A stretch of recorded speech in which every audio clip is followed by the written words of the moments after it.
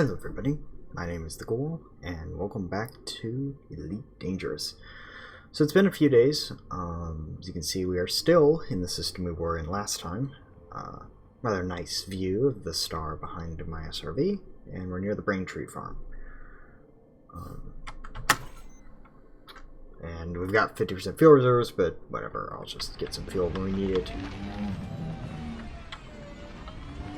So it's been busy, to say the least. Fitting that the time I don't stream is when everything catches fire. Not just in-game, but some out-of-game stuff as well. You may notice there's a followers icon at the top of your screen.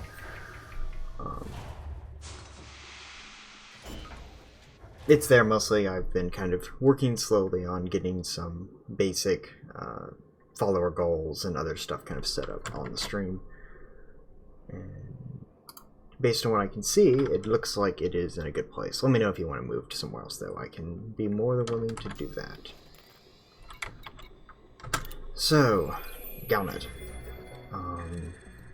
Got to queue up 3 articles today.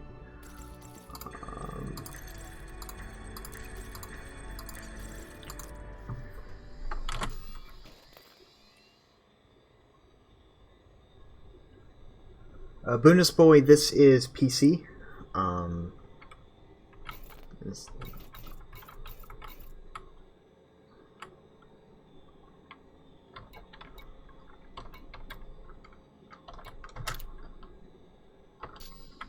The game is also out on Xbox and PS4.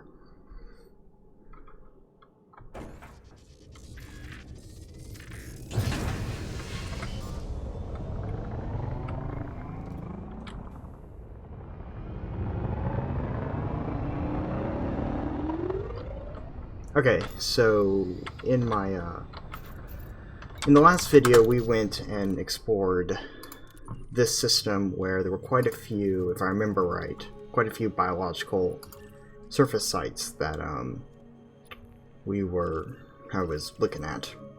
So, and the big one was that there was this 72,000 light second water world that I was going to go scan. So let's go do that.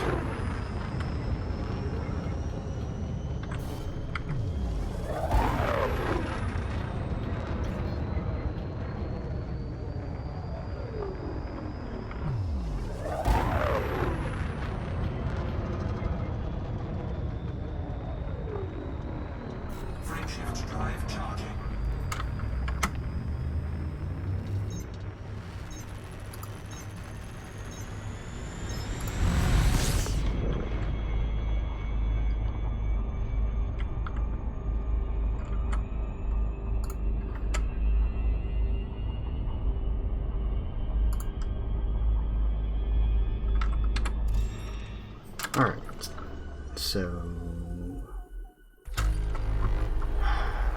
I remember right, it was A7. Is it an I7, B7?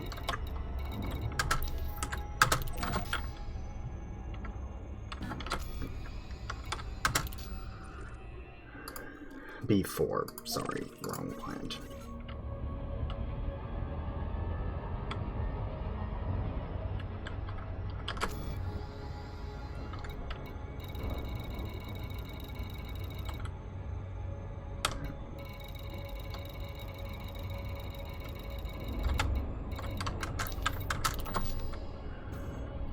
Alright, while we head out the 72,000 light second journey, I will play the Galnet articles.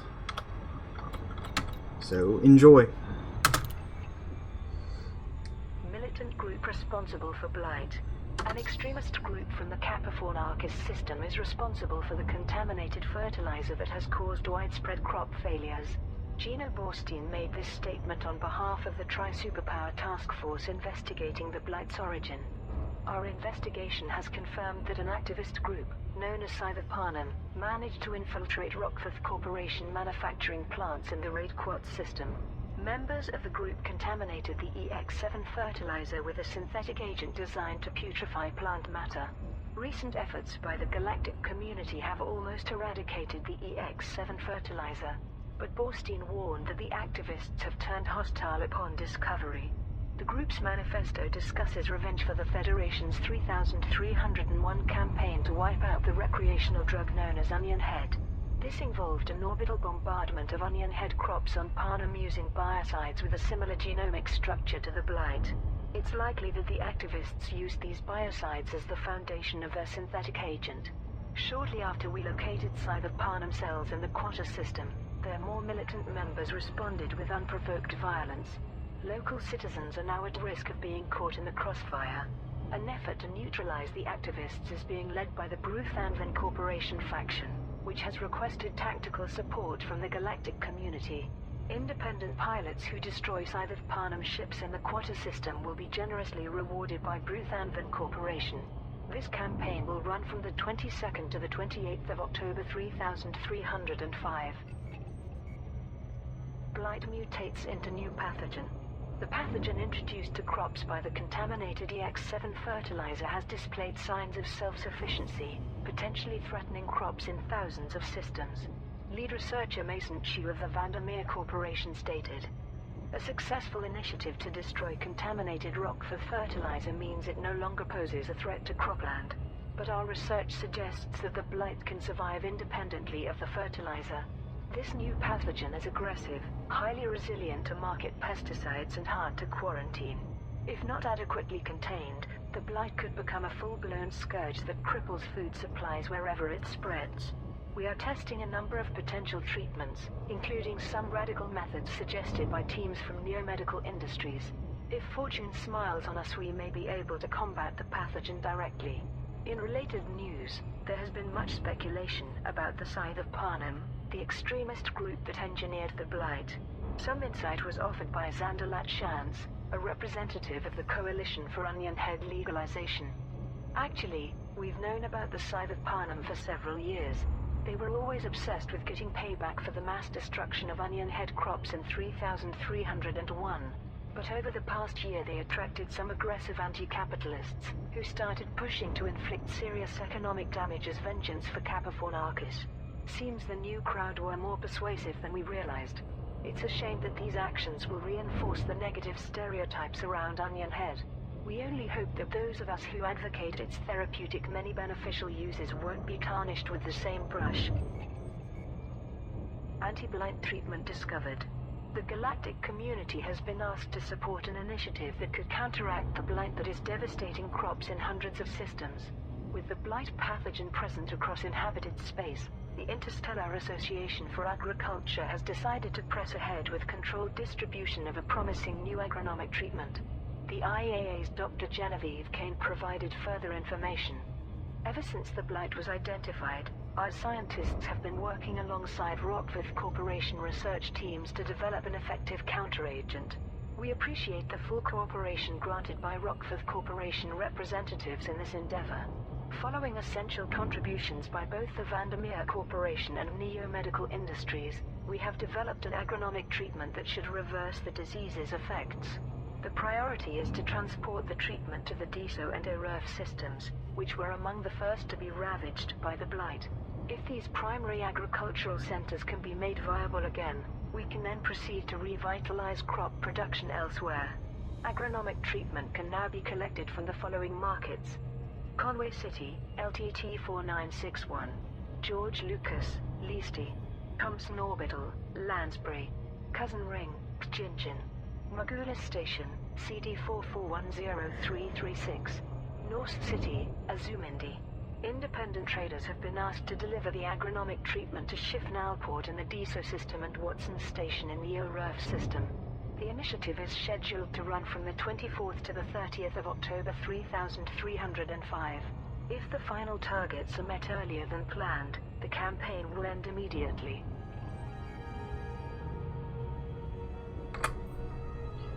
Okay, so yeah, a lot of stuff has happened. So let's look at some of it, shall we? While we're on our way to the water world.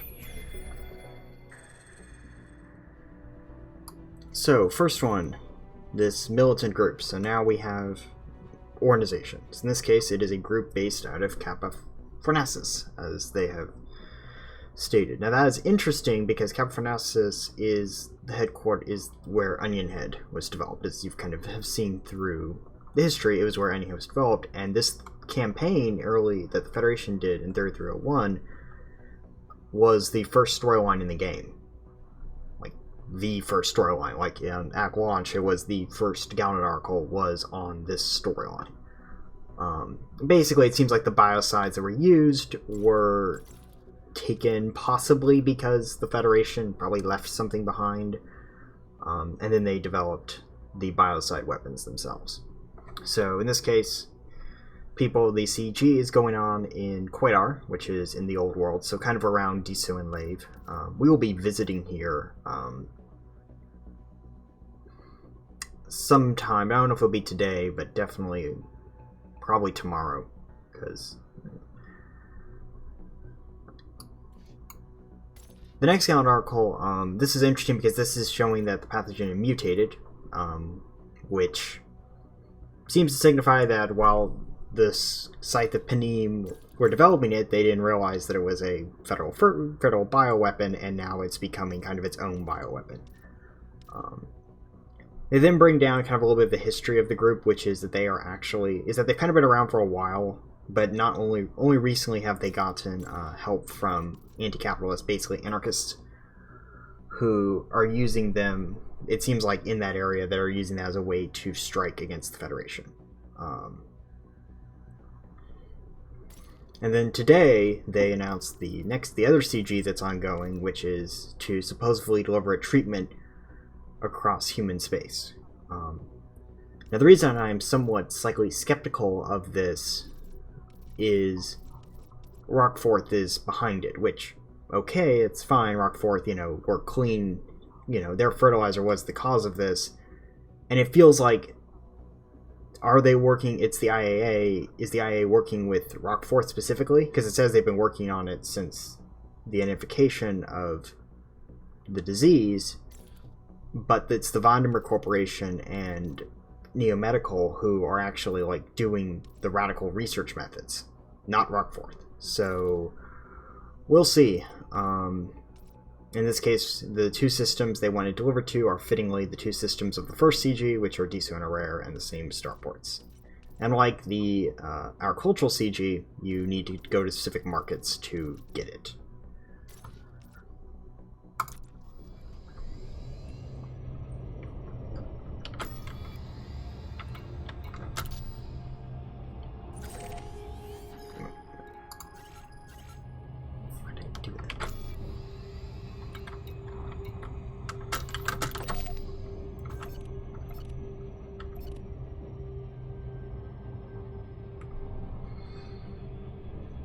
So the agenda today, as I mentioned in the description, so the first thing we're going to do is we're going to go and I want to get more Epsilon data, and then after that we're going to start heading back to the core, as we're back to the bubble, and stop by the old worlds and get my Mamba flown in, and then head out to two specific star systems that I want to investigate, which are Akwanda, which is the headquarters of Rockforth, and Kappa Fornacis, which I've not been to in probably 2 or 3 years. I've been there a couple times because they're now under the control of a player group, EIC, East India Company, Imperial, and in fact, when Onion Head first launched, Onion Head was actually banned everywhere, and this player group is why Onion Head is legal in the Empire. And I wonder if this might be leading to, maybe down the line, a legalization of Onion Head. Since they are trying to pull the kind of marijuana thing, if it's actually not as bad as it seems, now that the research has happened, it seems like there might be, uses for it that are not recreational.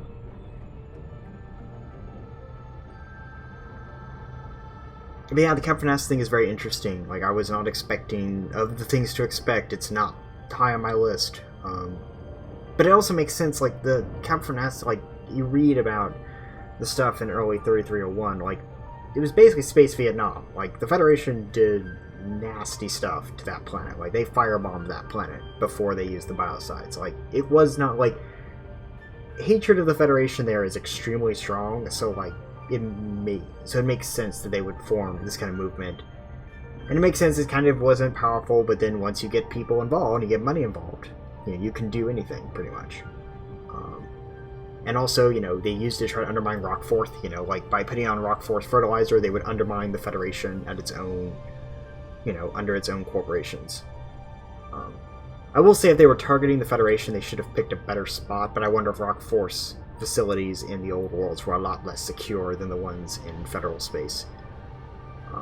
Or maybe by doing it in the old worlds, it would look like it came out of the old worlds rather than, you know, out of Capphornasis. I guess we'll see. So also, if you do the, if you go to the two starbases, Deso and Arare, systems to the two stations mentioned in the community goal, you will get a free decal, which we will be picking up sometime when I get there.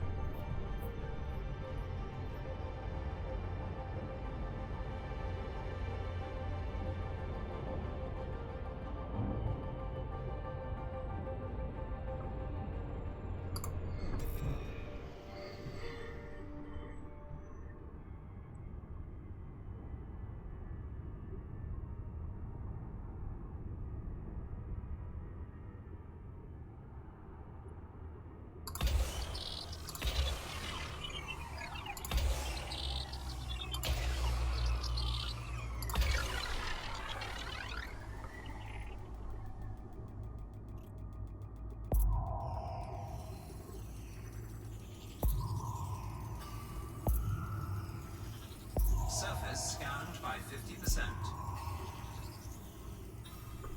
Surface scan complete.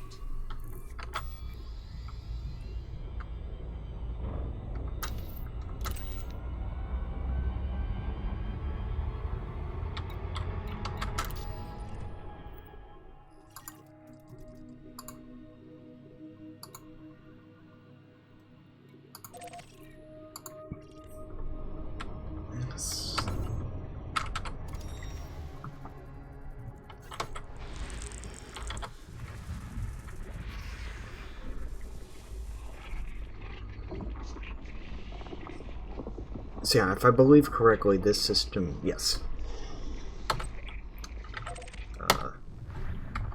This planet has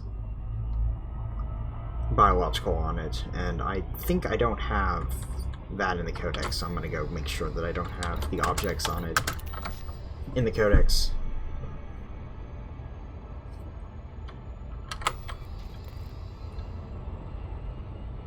But yeah, so also they mentioned, it sounds like, so the first community goal, the combat community goal, runs till Monday, and then the trade community goal will run till Wednesday, as you would as it seems to be the case for all of the community goals so far.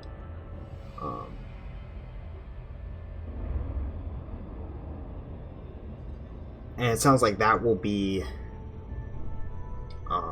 the last phase. Well, it sounds like that will be the last phase of the initiative.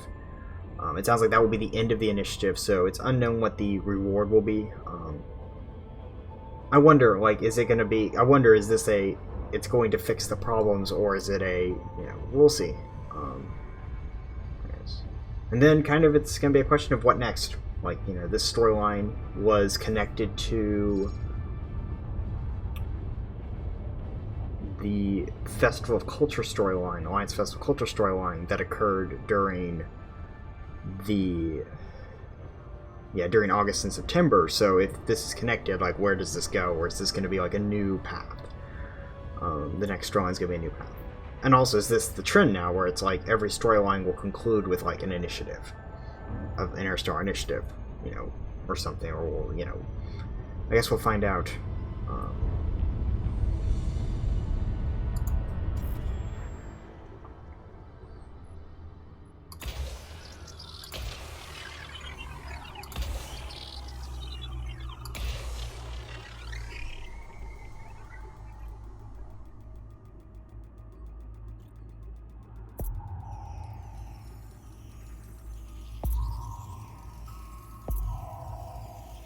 Surface scanned by 50%.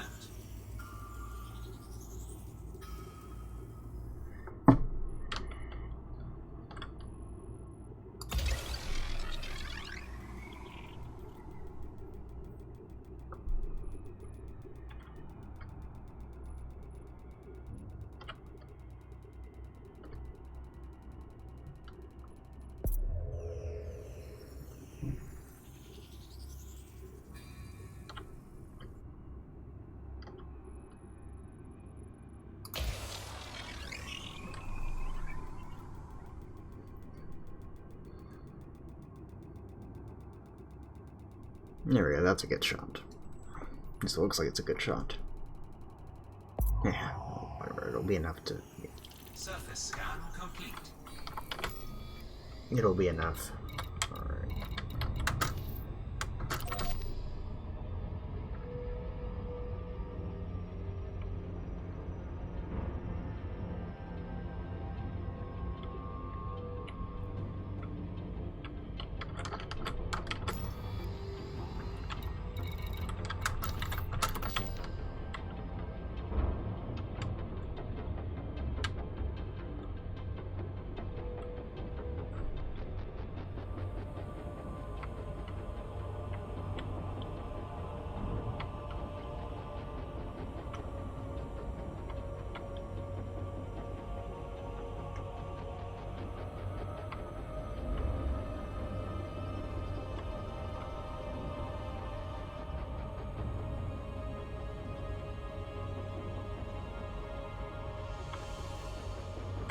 Orbital flight engaged.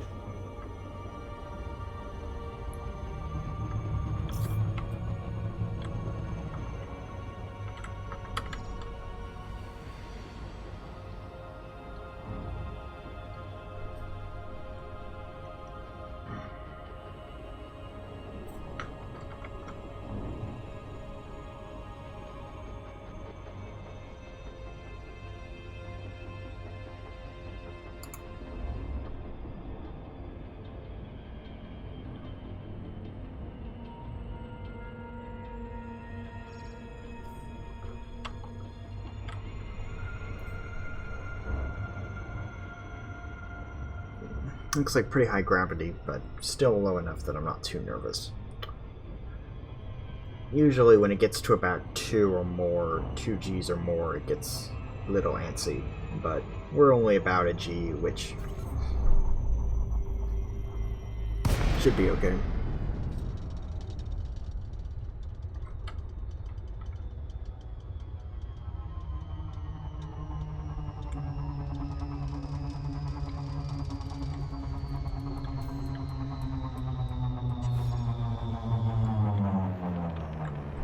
Wow, complete darkness. Good. Let's see. Yeah, we're gonna wait still.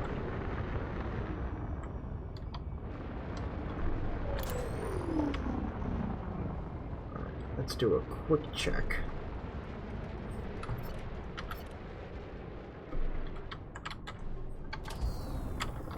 Okay, looks like these are still the blue ones. So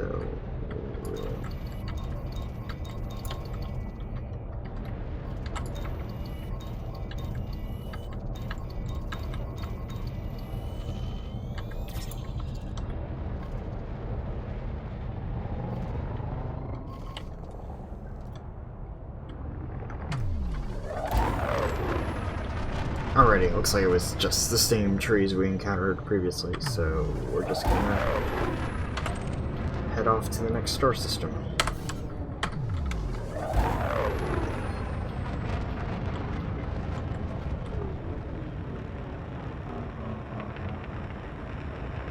Frameshift drive charging.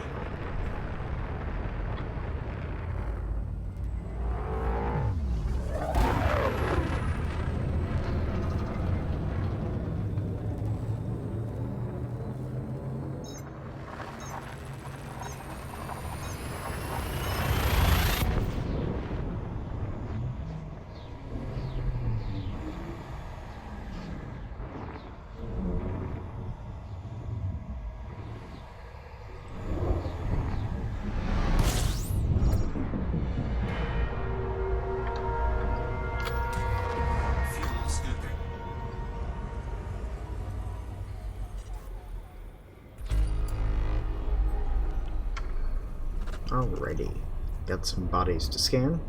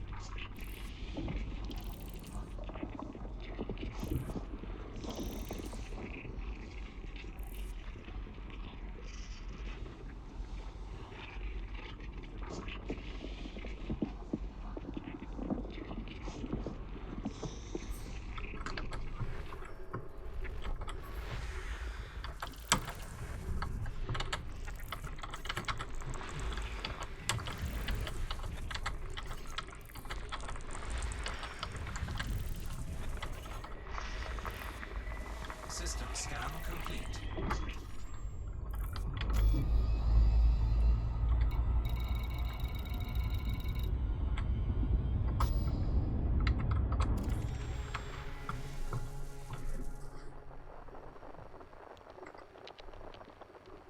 Alrighty. So let's look for that Guardian site. I think it's in the A's, if I remember right. Or it must be on.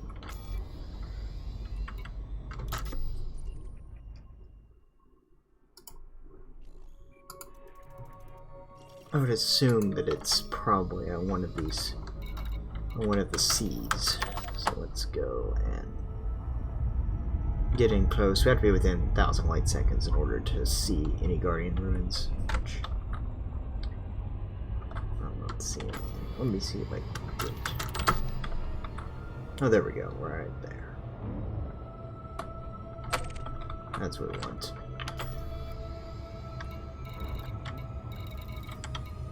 So yeah, we'll just lock the star, and when we get within range, we can then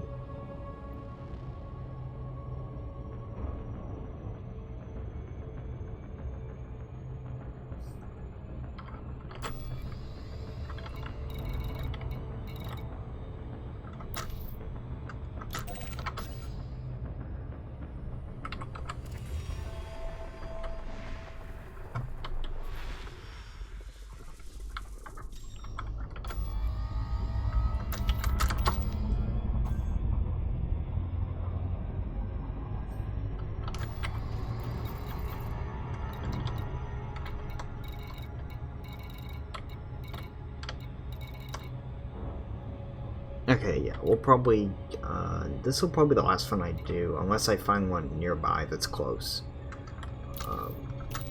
We'll probably start heading back, because I've got a bunch of stuff I have to get done today.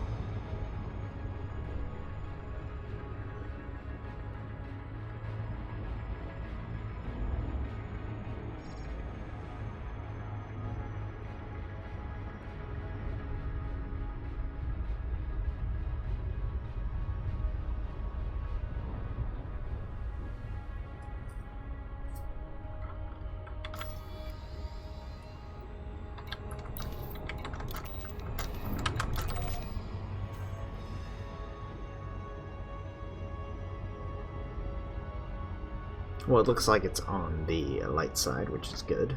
At least it seems like it's on the light side.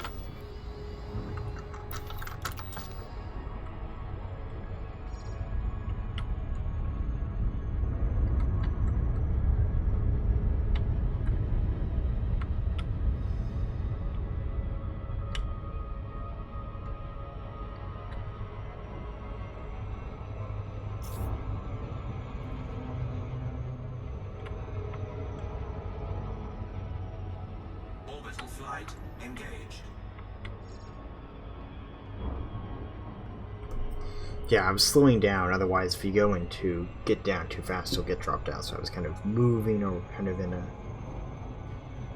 spiral, a little bit of a spiral, in order to get speed down. Let the gravity kind of pull me, kind of fight the gravity a little bit, so I slow down.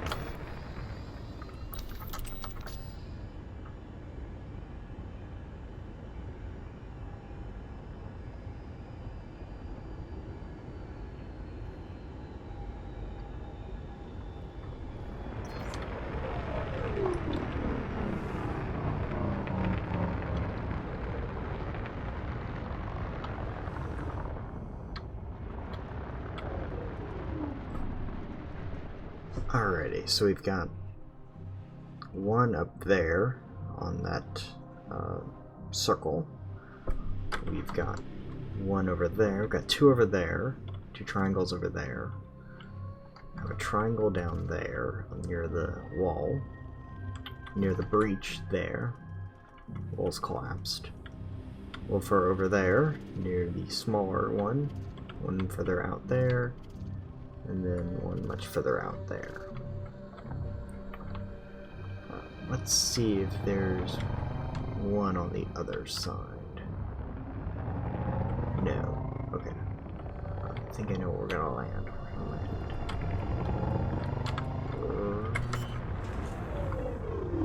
Around here.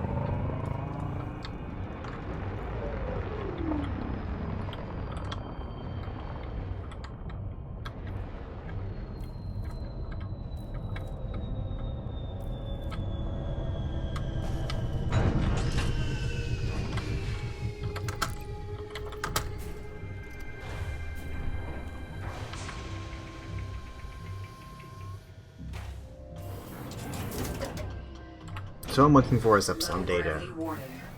I'm looking for it because I'm building a AX Chieftain to get the third wave bobblehead.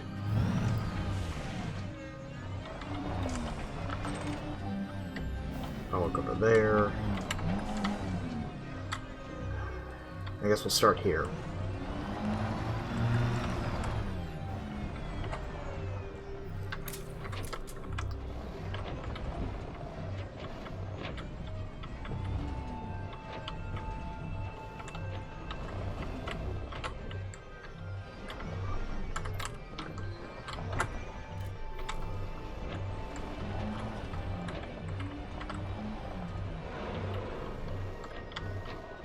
There we go.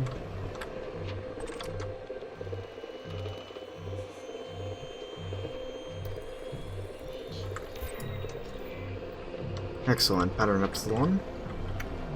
Good start.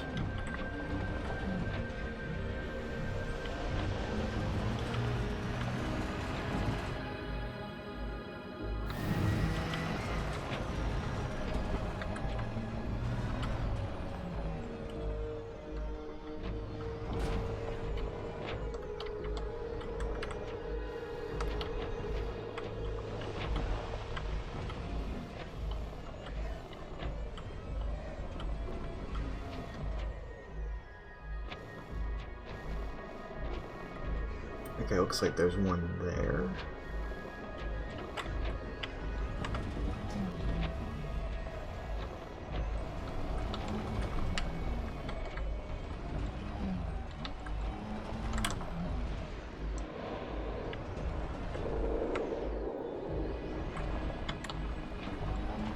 And there's one here.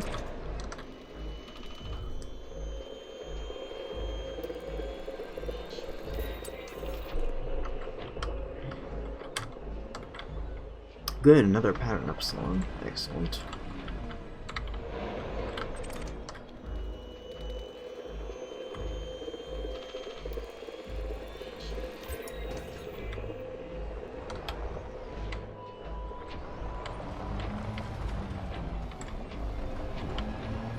So we're gonna head in this direction.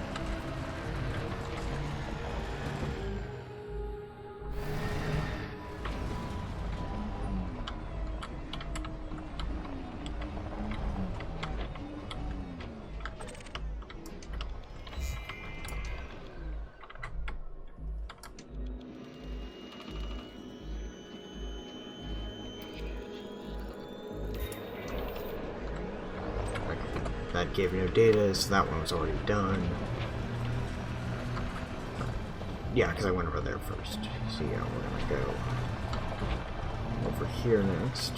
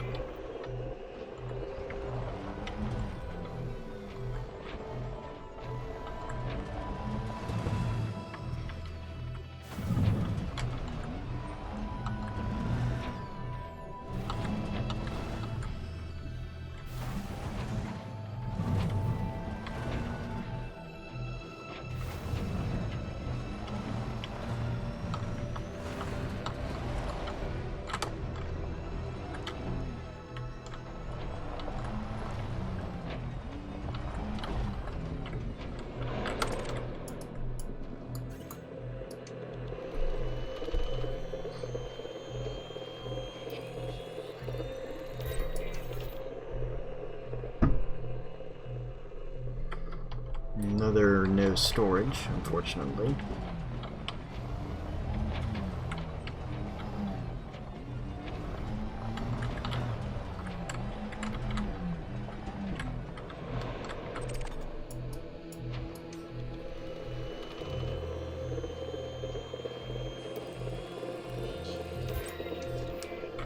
Excellent, pattern epsilon.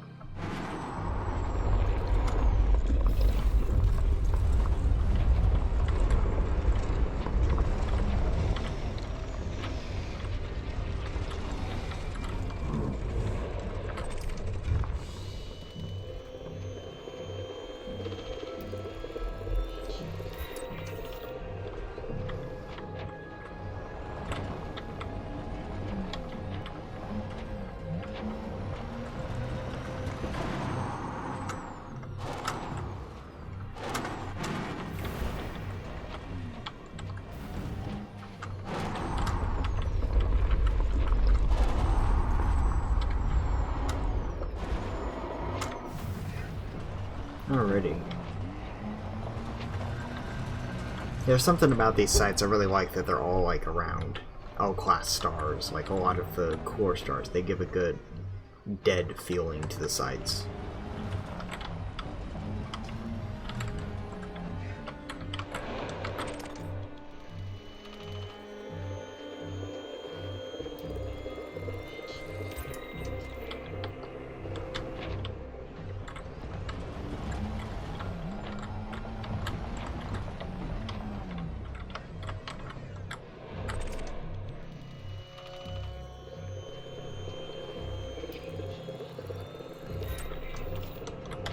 Man, I'm getting really lucky with the Epsilon. We might not need to do much more.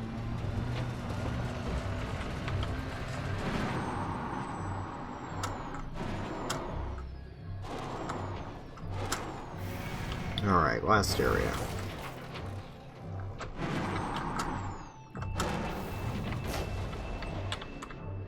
Now, the reason I'm in the turret is that it's easier for me to kind of see where I can swivel using the mouse a lot easier, so it's easier for me to be able to see where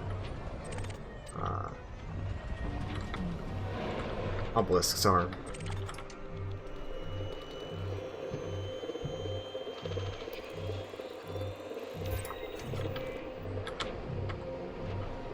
We got pattern Delta. Delta's been extremely rare, I've noticed. Epsilon seems like it's a lot more common. I thought Delta was a lot more common, but I've not seen Delta that much. Yeah, because that's another Epsilon there.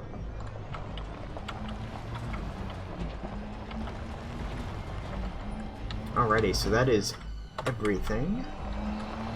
We are gonna head back to the ship.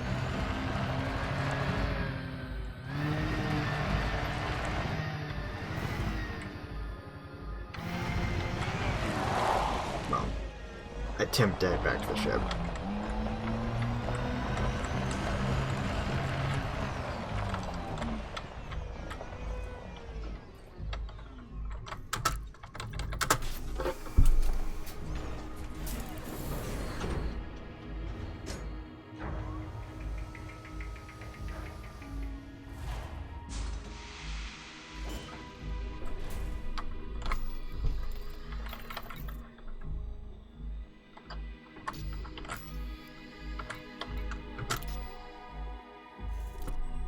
Alright, let's see if we can find our star system nearby.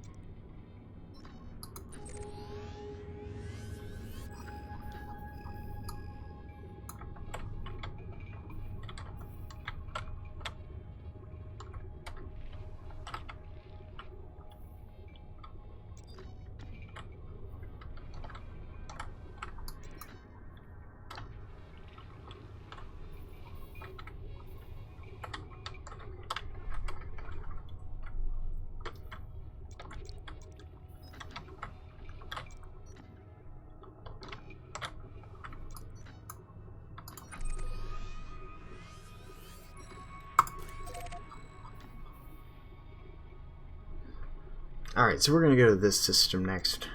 I think this will be the last system out here I do, as I hit my 50 limit, which is what I was hoping to hit. But we'll do one more just to get a little extra. I forgot to get the spreadsheet I use for all of the sites up, and if I even tried to load a page while I'm streaming, it will bring the bitrate down quite considerably.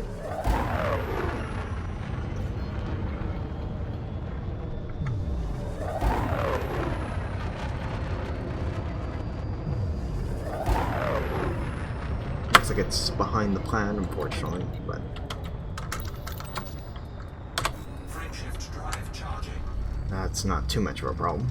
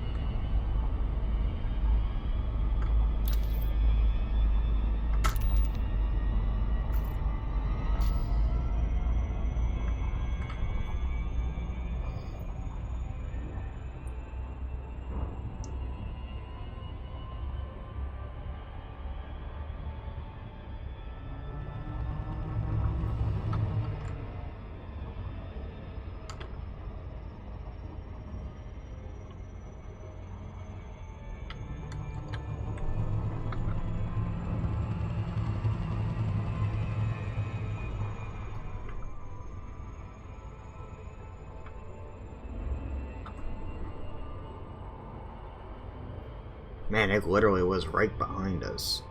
That's unfortunate.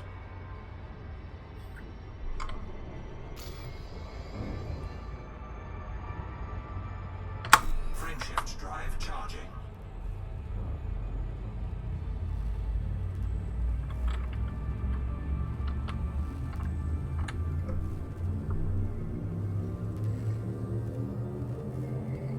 Ready to engage.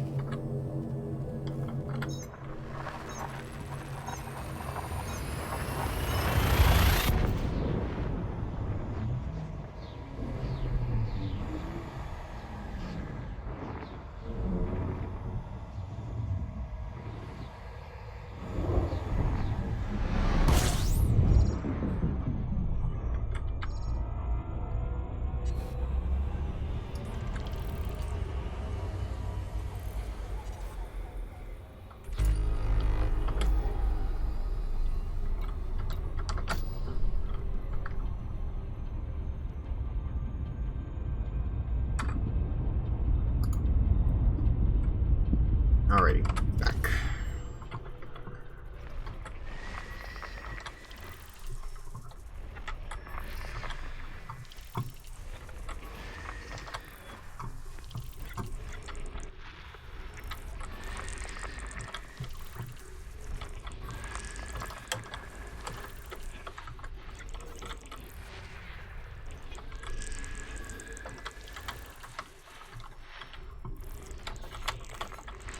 System scan complete.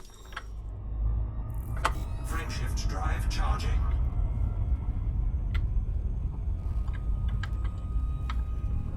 Hopefully I don't need to come back. After delivering Epsilon data for at least a few more months.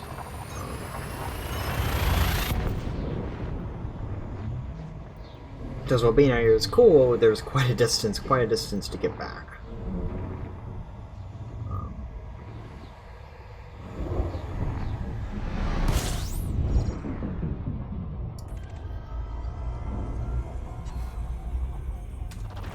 Fuel scooping. That was weird. But looks like we've got our hands full on this system.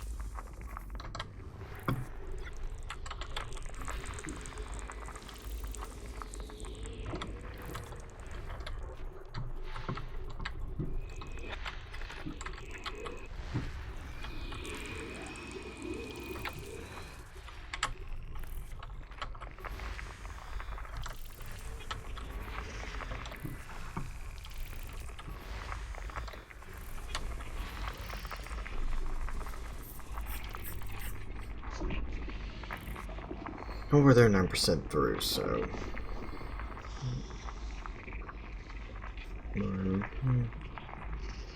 Not that much further in, I don't think it'll be that much more before we pass 50. And I also feel, I don't know, maybe it's my frame rate, but it feels like the geology stuff is loading faster. Again, because I think it's tied to frame rate, at least that's what people were saying. Which, again, sounds like one of those things that'll get changed in December if they're focusing on kind of those kinds of issues. That feels like something that will probably be fixed. Or maybe, I don't know, it's weird. It seems like it has sped up dramatically, but who knows?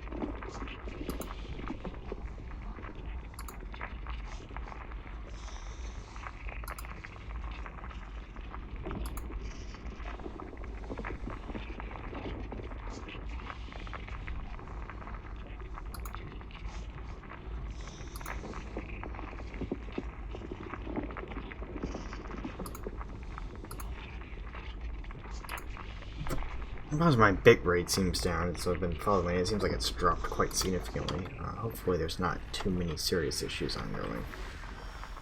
I might restart or switch if it gets bad.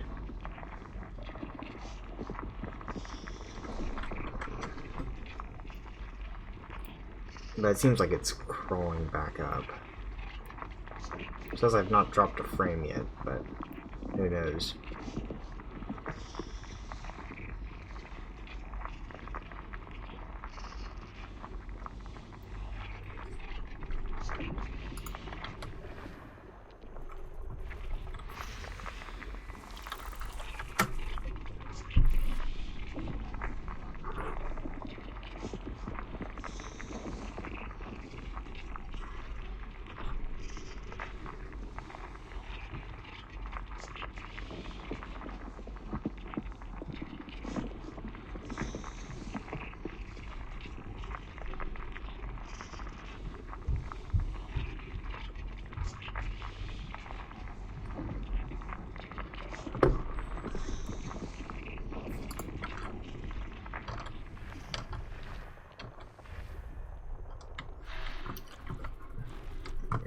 Probably gonna shrink the follower bar next time.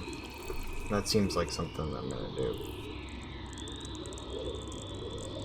I'm gonna do that. I think I'll shrink that.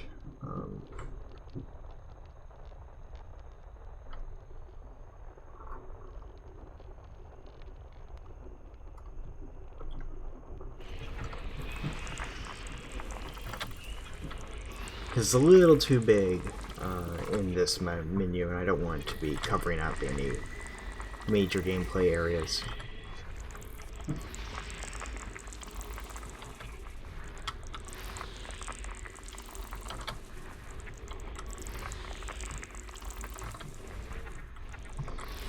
System scan complete. Frameshift drive charging.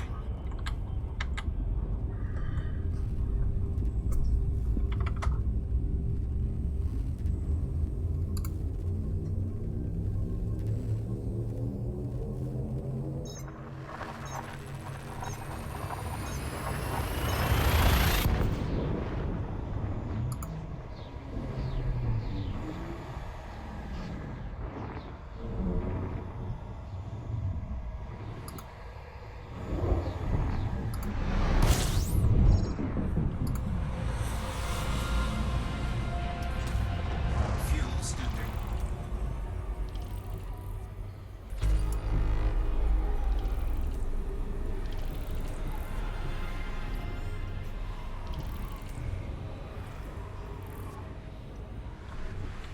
Alrighty, let's switch over to the FSS. That was weird. Pretty certain it was somewhere else, but I don't know.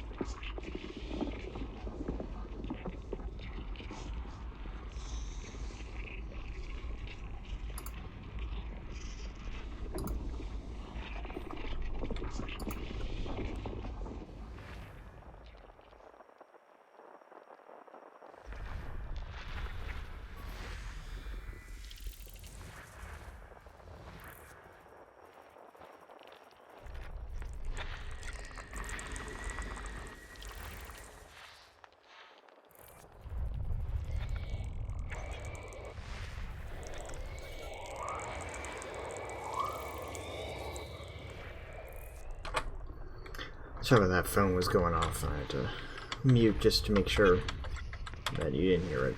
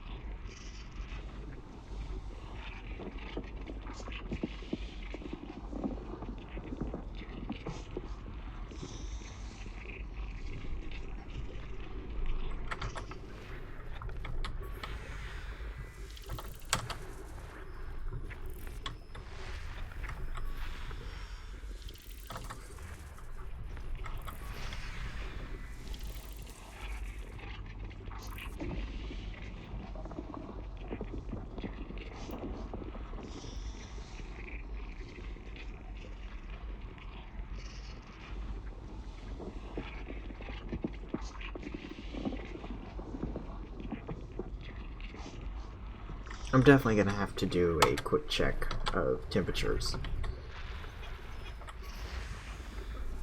to see whether I can missing any codex entries, because these are probably all brain trees, but just to be certain.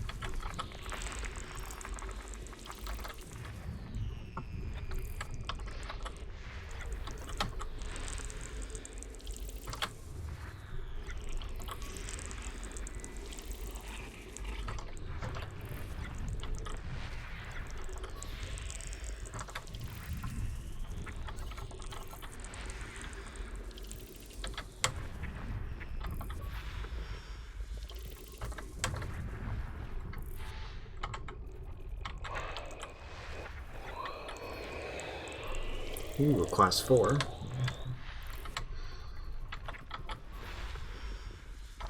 That's nice.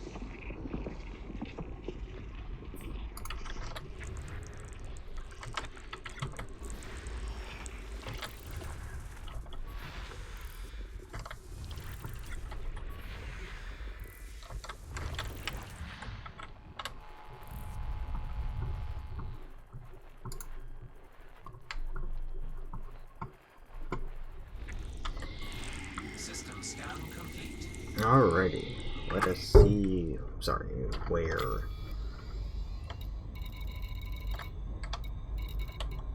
And there's our structure right there.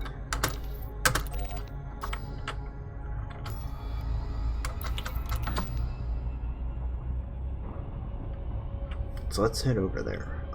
Actually, before we do,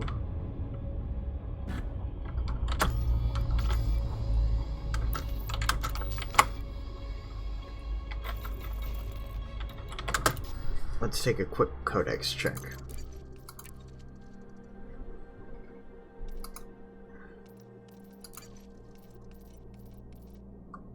So the ones we're looking for are Lidvium, 300 to 500, terrestrial rocky. Let's see. Iridium, metal rich, high metal content, 300 to 500. Then Lingonium, 300 to 500, rocky, high metal.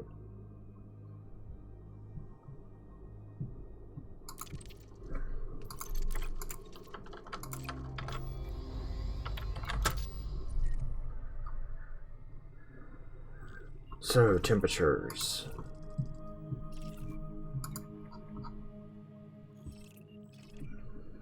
$223.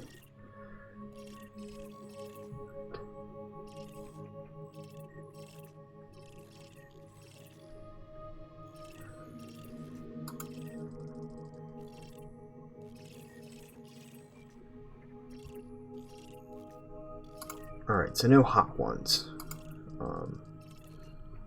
But, if I remember right,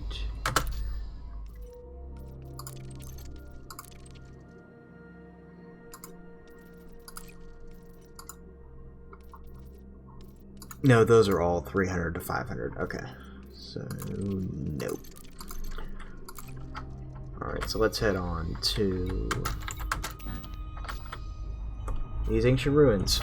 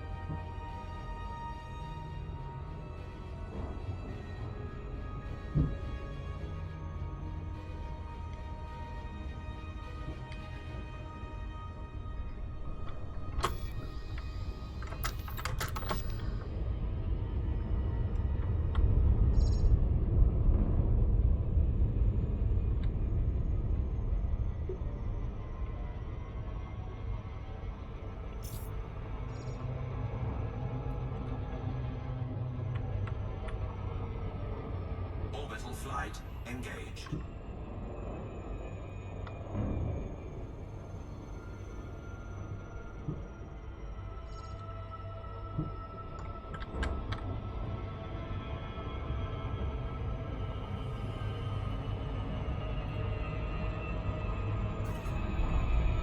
There we go. Nearly spun out of that one. Well, the good news is we can just keep about 57 and be pretty close. And then just do this.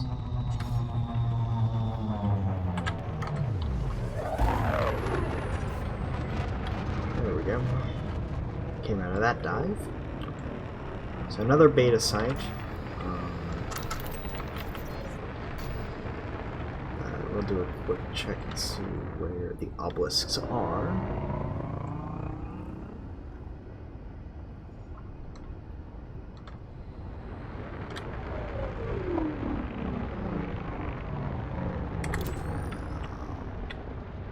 So I might need some lights on this one. Okay, obelisk is there. We're just seeing another one right over there.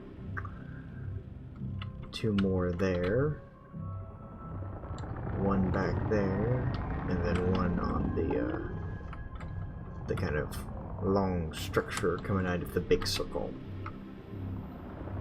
Kind of line coming out of it. So, let's dock.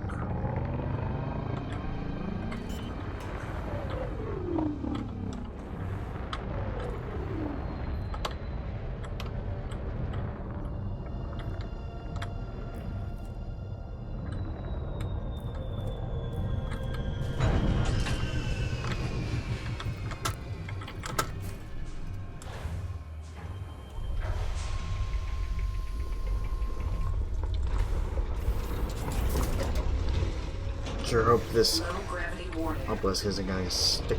Nope, it's right next to the ship, but it's not. Man, it's literally right there. A couple more feet and it would be right, and it would have hit the ship. Anyway, let's go to this one first.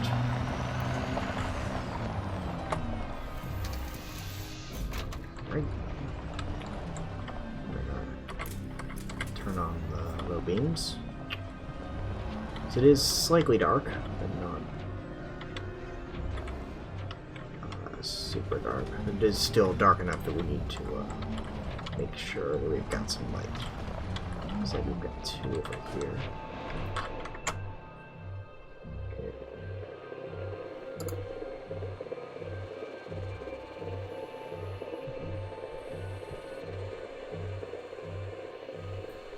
Yeah, I'm sorry, I was getting some lag trying to watch and see if that's some. I've been getting a lot of lag today. I might be ending this somewhat soon, as I am getting quite a lot of lag in Stardea.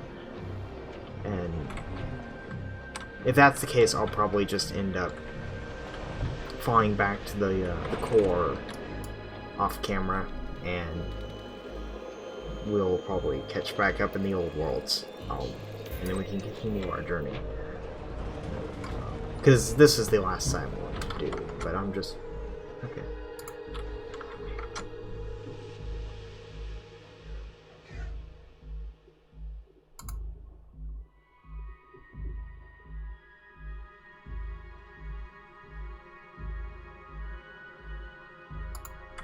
Yeah, I've got to figure out why I'm getting such wild swings.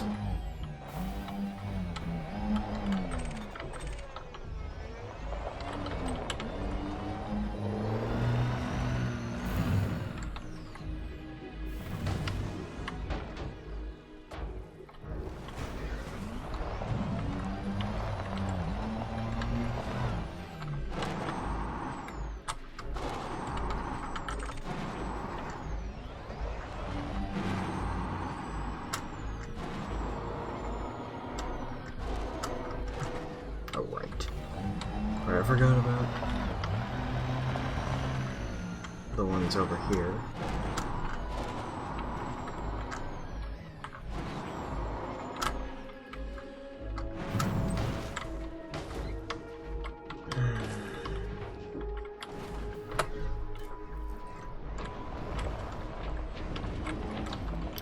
not a savant when it comes to driving, that's for certain.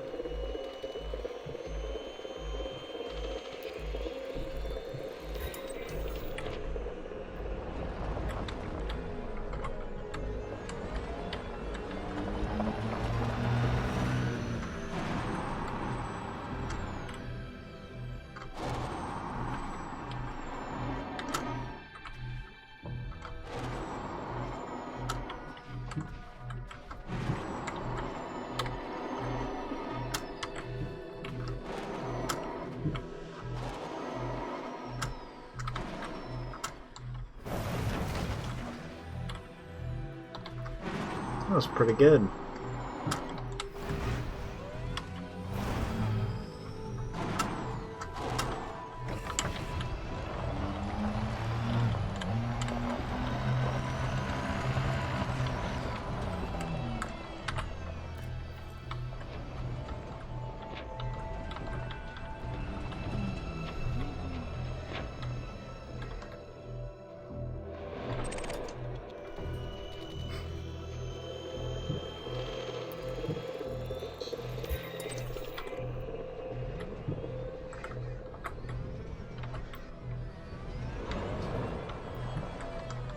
Man, I am getting Epsilon on like every other one of these obelisks, so yeah, I don't think I'll need to be coming back out here anytime soon, that's for certain.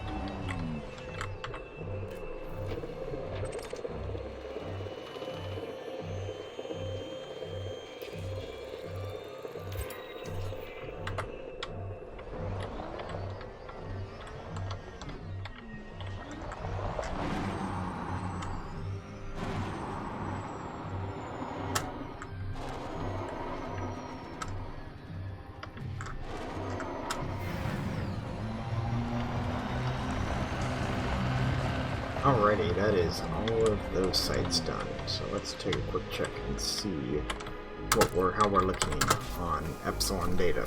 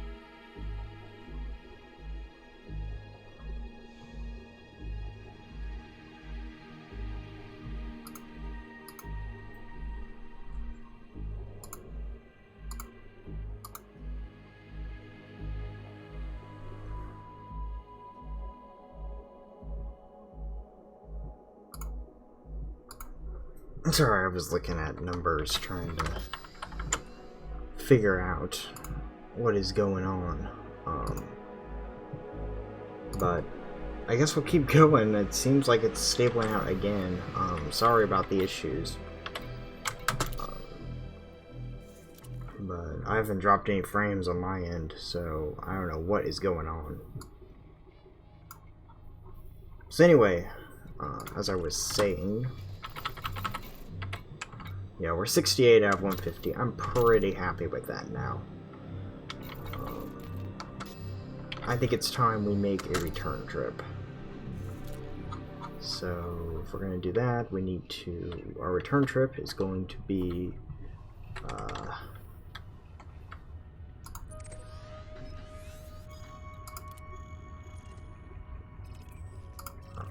Marshall Dock. Of course, because Marshall Dock is where I've got my other ships.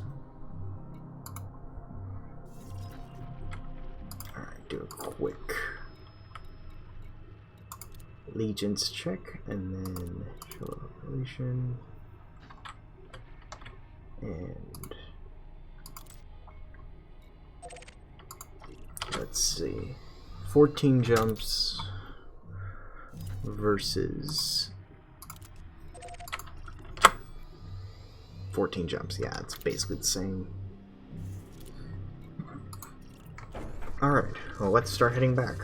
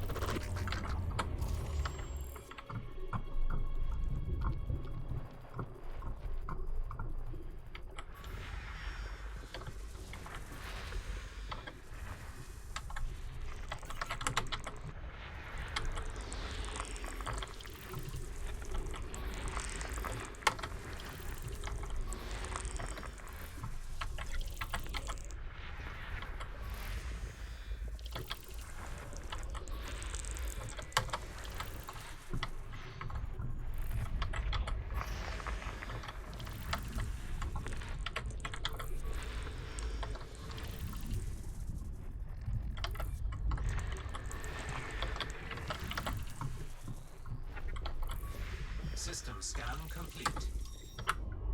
Frameshift drive charging. Alright, next system.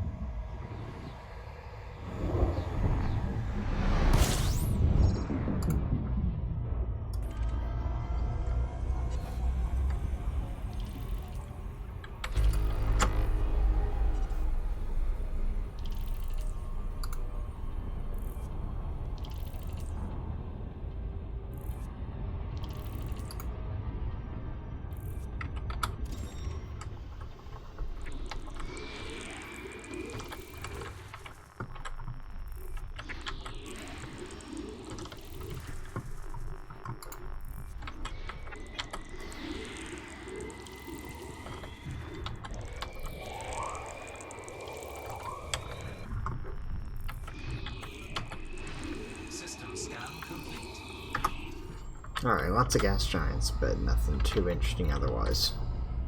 Frameshift drive charging.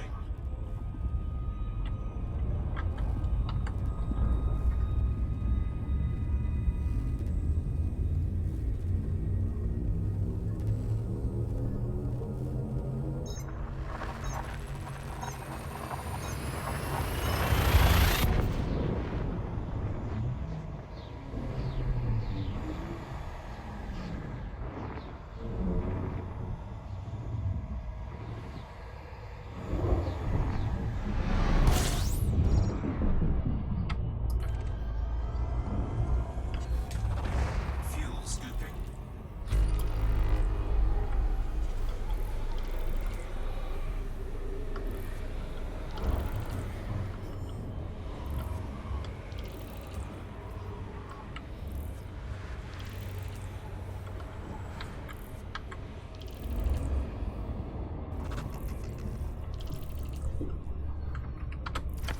Alright, let's see what we got here.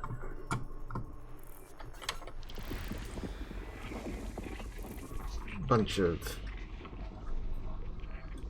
metal rich and low level worlds. And then a bunch of ice worlds as well.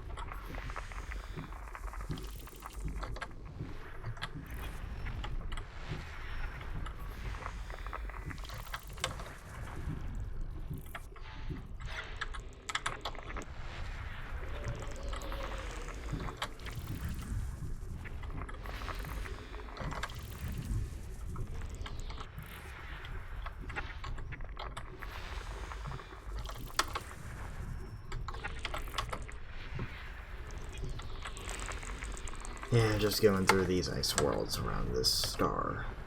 Nothing too interesting there.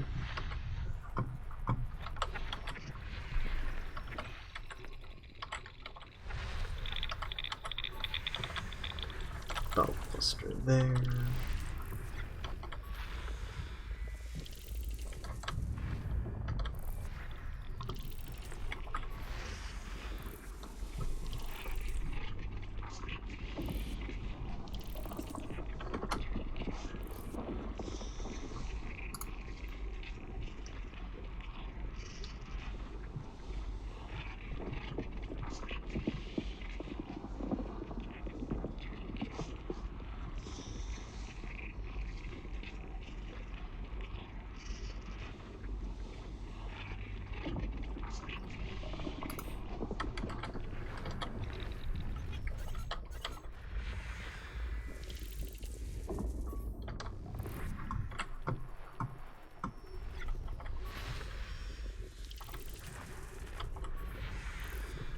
System scan complete. Alrighty. Frameshift drive charging.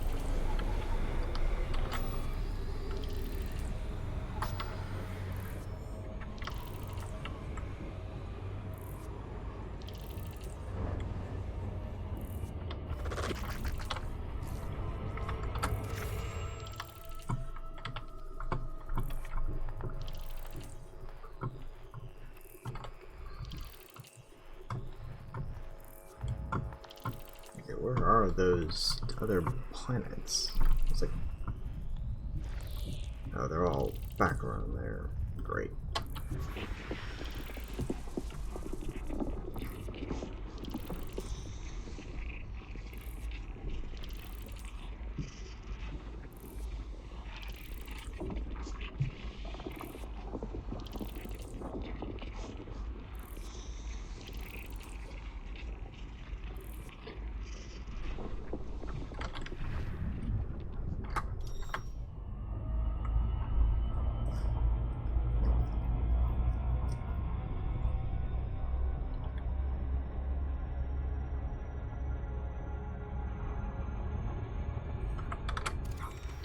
Alright, let's try that now. Okay, so... Okay.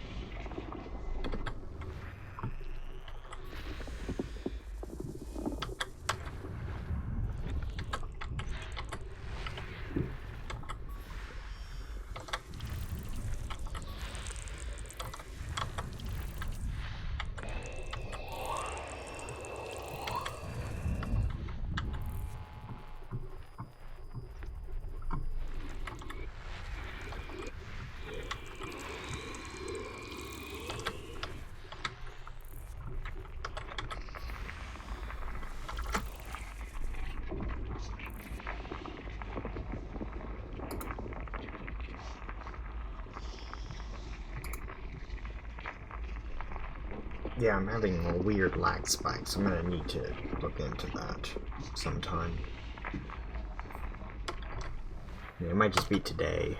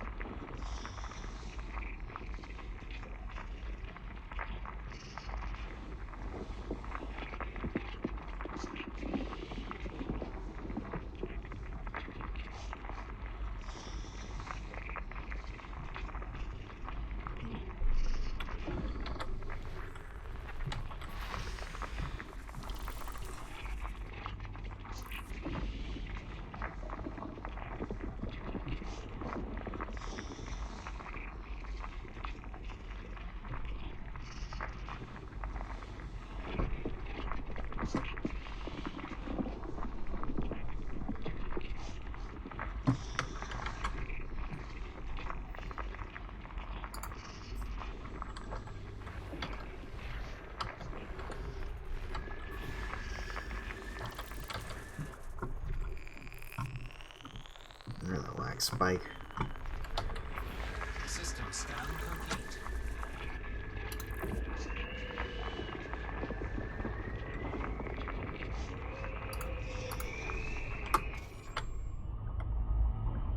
Frameshift drive charging.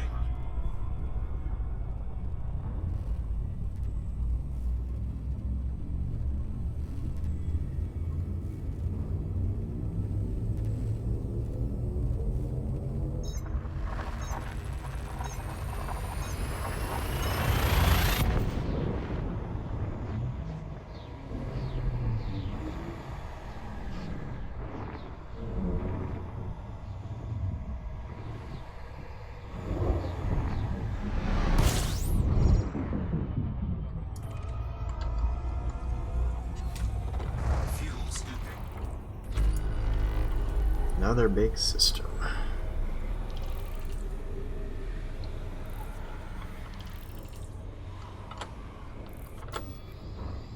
Oh, at least we're under 10 jumps now, so not too much longer.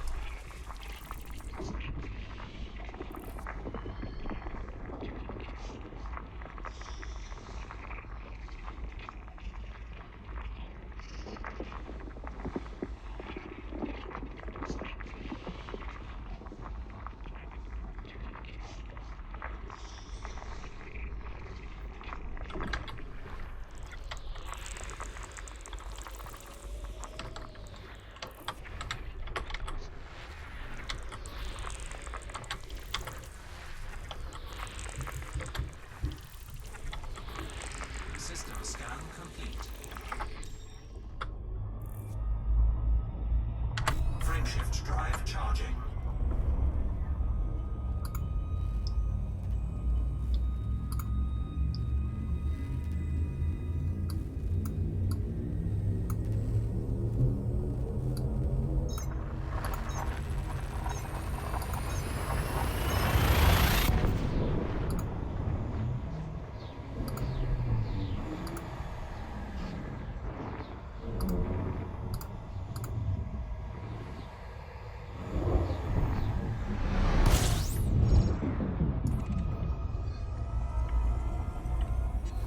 Alright, it looks like from what I'm checking, it seems like the stream stuff has stabled out for now. Hopefully. Sorry about that. Anyway, we've got 3 bodies here, so we can jump to the next system without having to worry about this one, so that's good. Yeah, we're still in Sinew FA sector.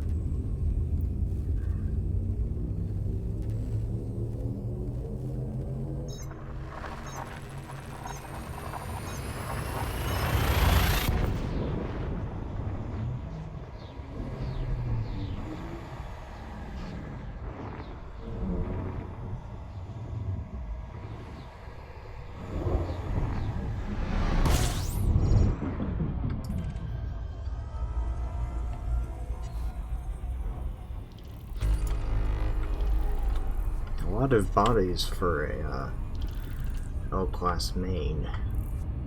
We will see.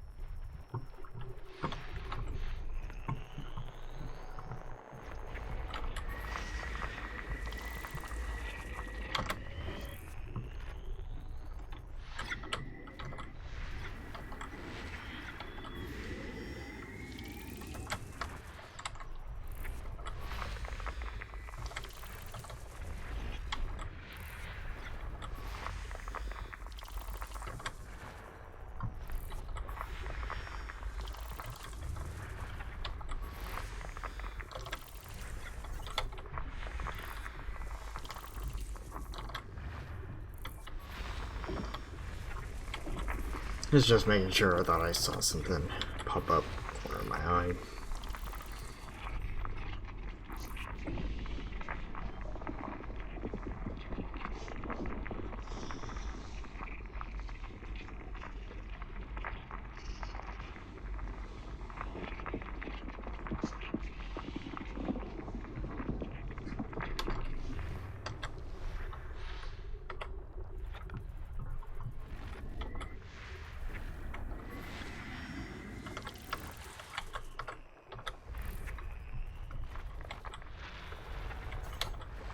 System scan complete. Frameshift drive charging.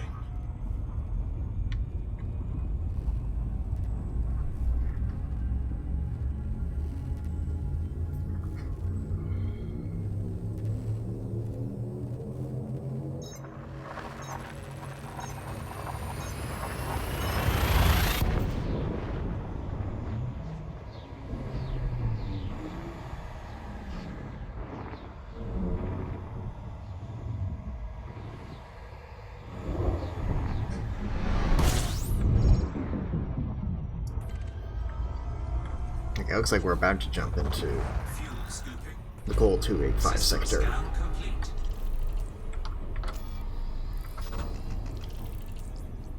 Which is good because that is the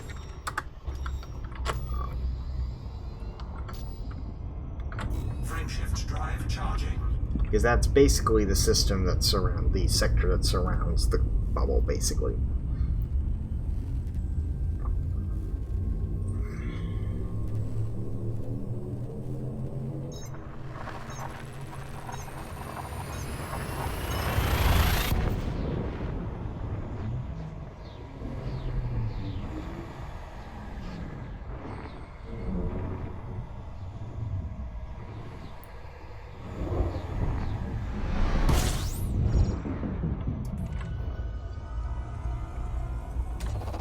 Fuel scooping.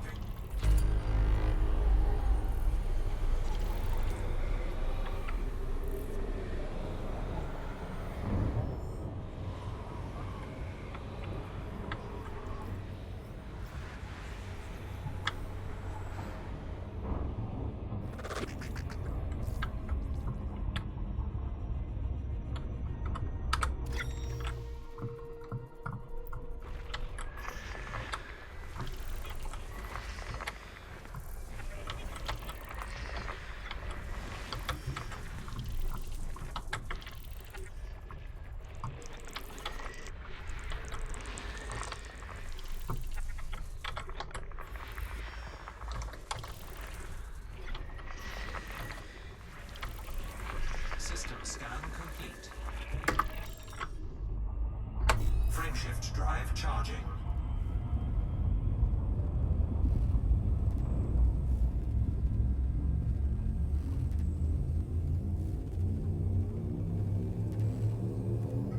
Alright, so now we're jumping into the Antilles sector, which at this point we are now in the bubble because we're starting to enter kind of regions of it. I think that, I don't know if that's Requat's region. Requat's region might be further inland.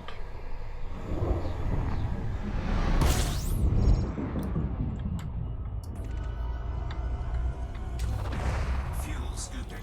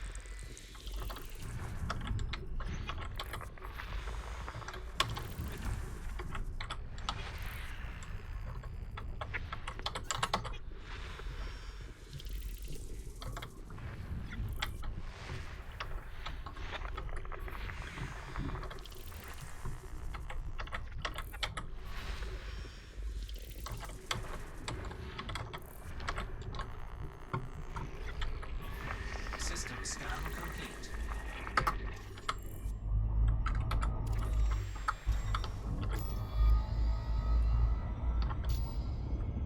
Frameshift drive charging.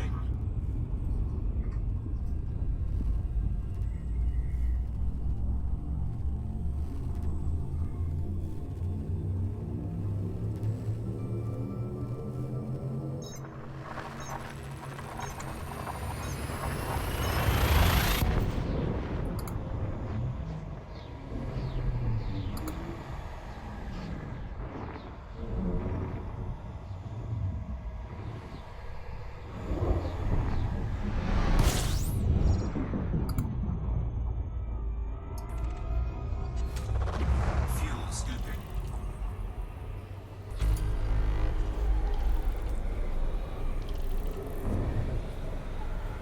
Pretty big sector that's not colonized.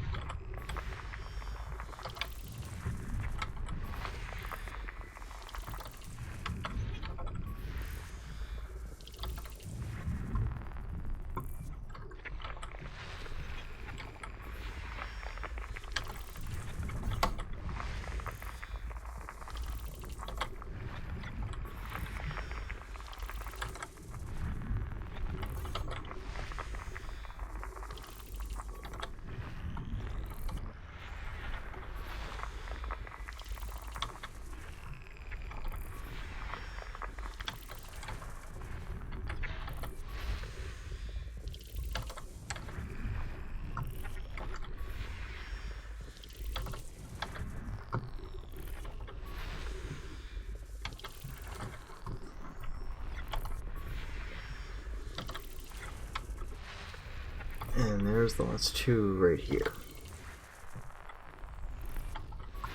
System scan complete. Alright, I'm gonna get up and walk around for about a minute, and I will see you later. Well, see you after I walk around.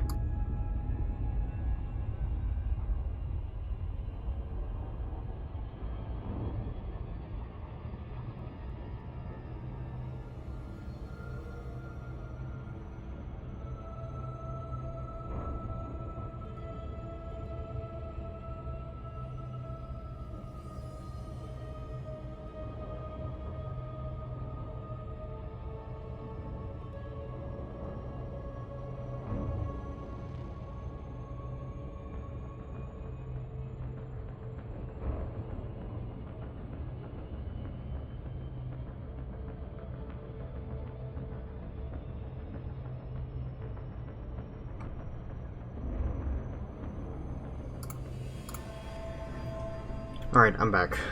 Just had to do that. We're gonna go... Yeah, I think we're gonna keep going. Yeah, based on what I'm seeing, it looks like whatever occurred has resolved itself, so yeah, we're gonna keep going. We're 3 jumps away now, and we are entering actual settlements. So in this case, Yaimash.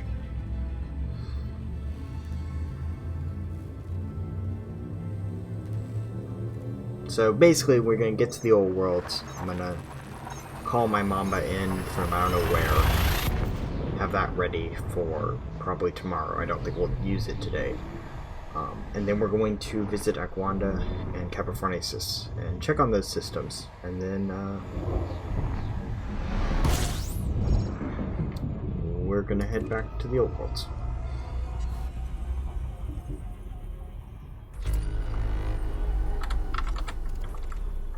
Okay, looks like Yaimash is all in.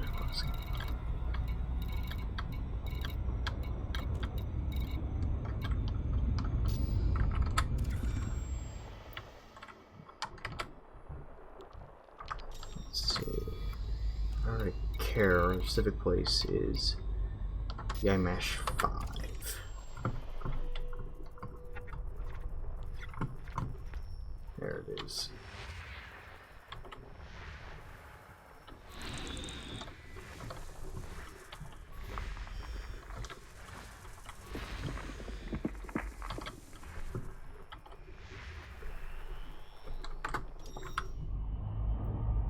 Frameshift drive charging. Ready, next system.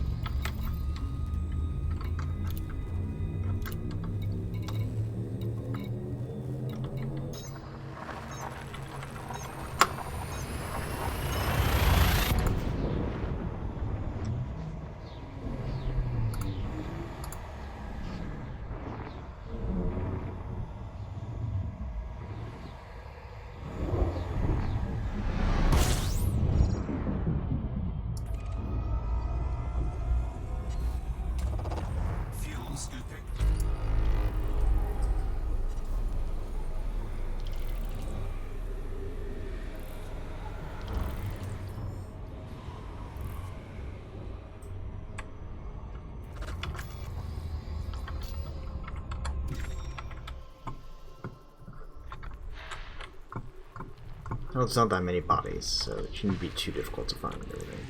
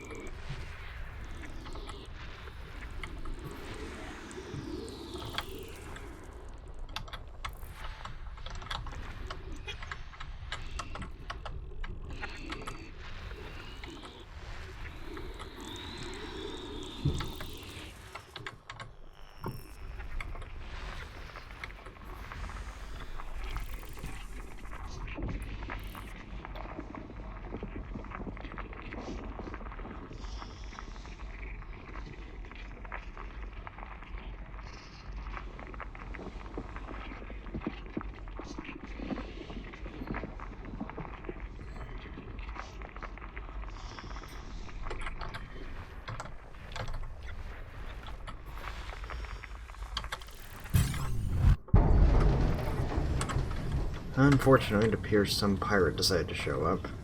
Great. Whatever. Should be throttling down pretty soon. Scan detected. Power plant capacity exceeded.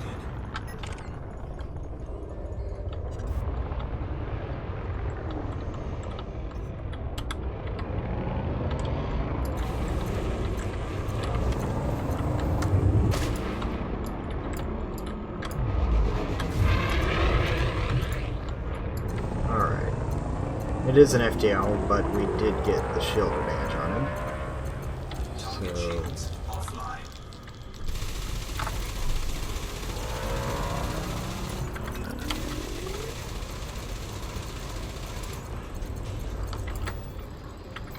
Frame shift charge detected.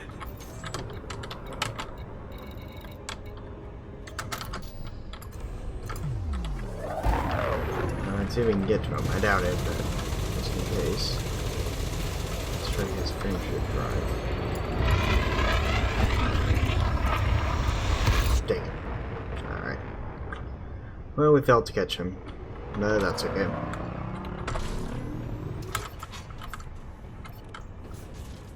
Frame shift drive charging. Frame shift drive charging.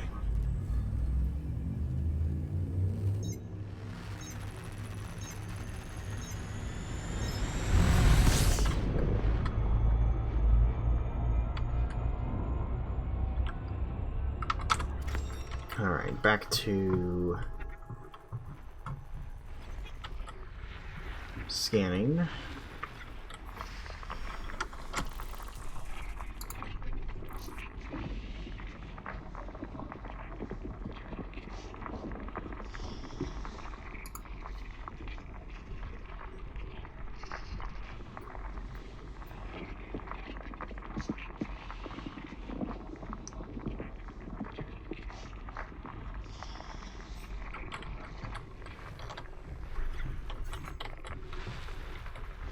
System scan complete.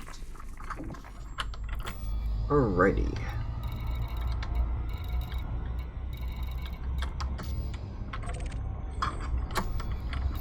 Let's see what. Okay.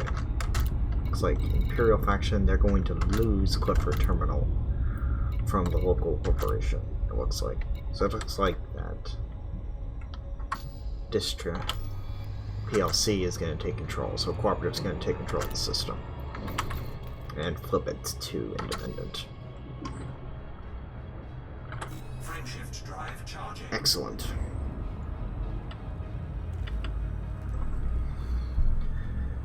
So at long last, we're at Requant. Right quad.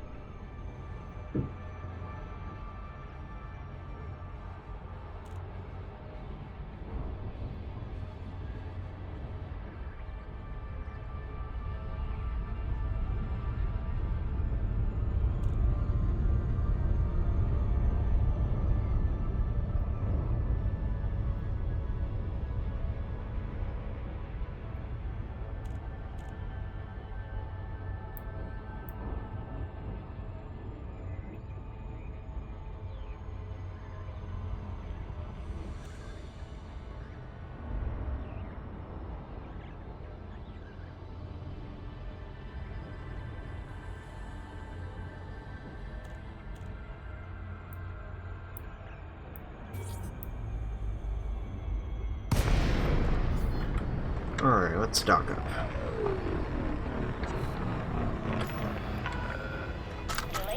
November India Charlie. The Federation welcomes you. Follow station protocols and enjoy your visit, Commander. Landing authorized. Vector for approach to landing pad 20. Alright, now that we're back in the old world, we've got a couple things we need to do.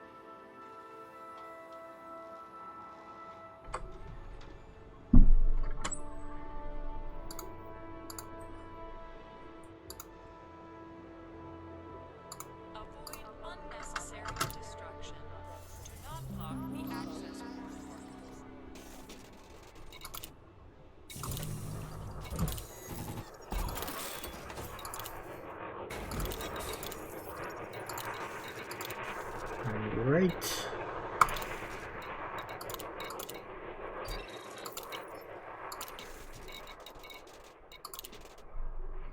Solve our exploration data.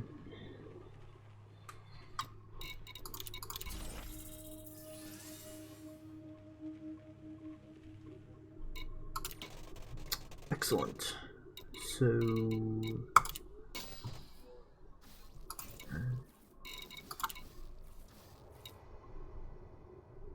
yes, this is the ship I want. Transfer to current station. Apparently we'll be there in 17 minutes, but we'll probably wait till tomorrow for any combat.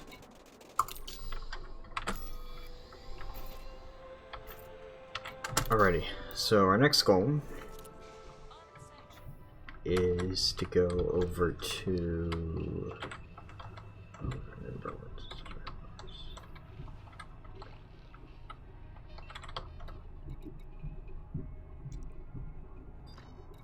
is it this system? Yes. Okay, so we're gonna go back over to Taveri, and I'm gonna go get my money.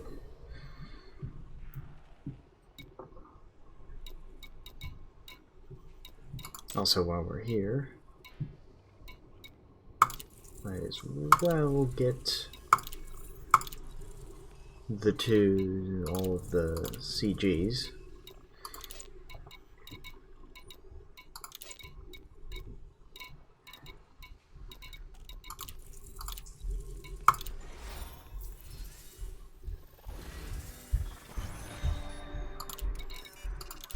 Incoming mission critical message.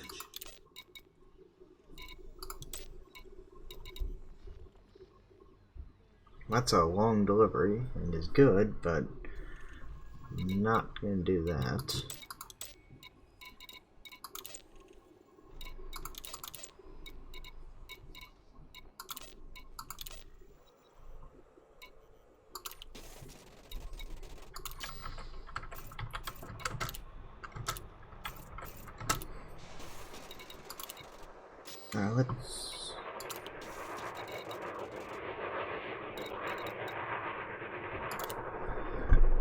Let's see what they want.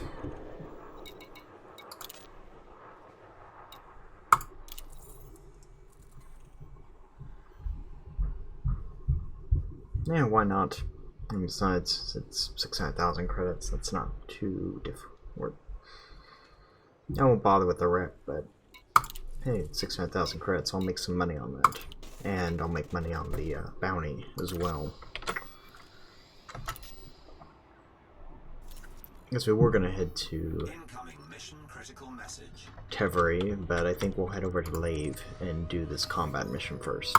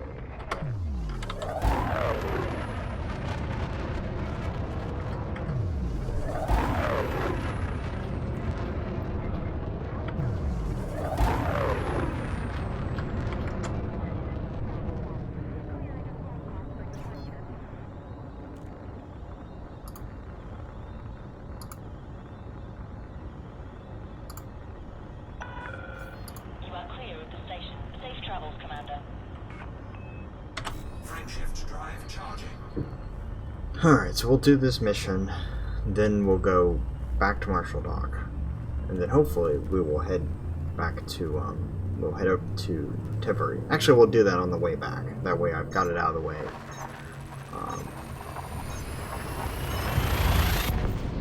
And then we can head on to Aguanda and Capricornasis.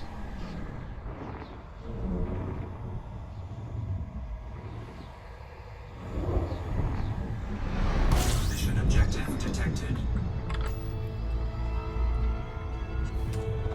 Fuel scooping.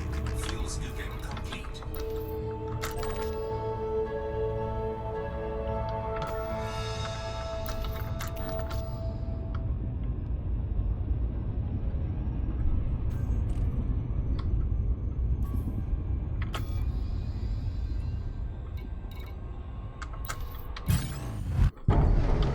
Is our pirate? Excellent. A quick death will be suitable. Mission objective detected. Power plant capacity exceeded. Under attack. Yeah, this will be pretty easy, I feel. Oh look, the security forces have already shown up. This will be extremely easy.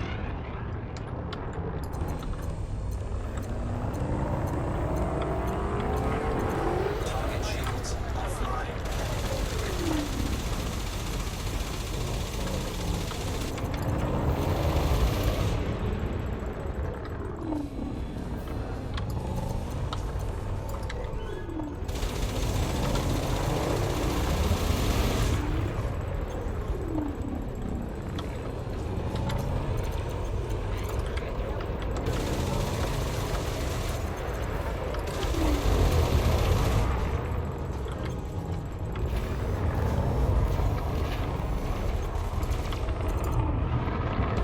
Okay, got rid of him, Mission critical message. and looks like we got some good items out of it.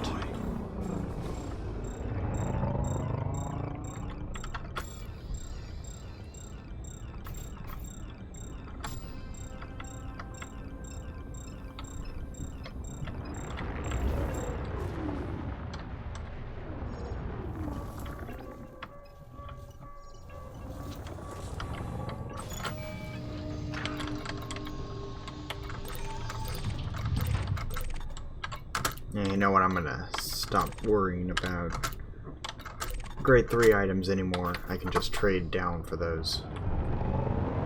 We'll just focus on 4 and 5.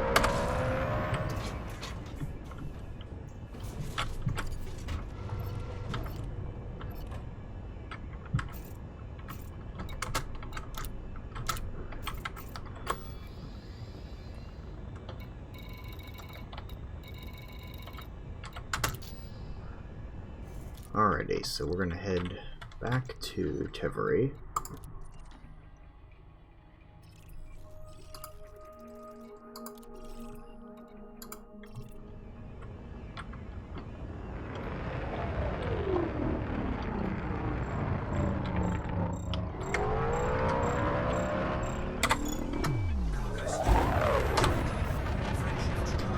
Would explain why I wasn't moving as fast as I normally do. I wasn't able to boost.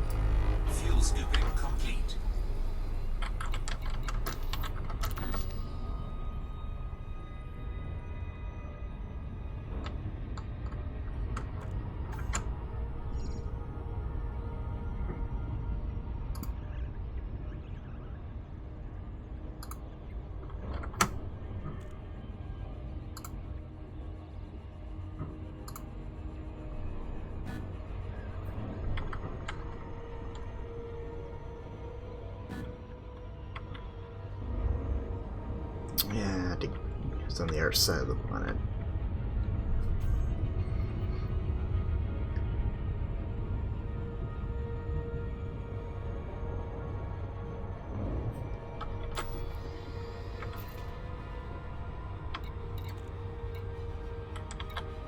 I forgot to pick up the bounty. That's okay.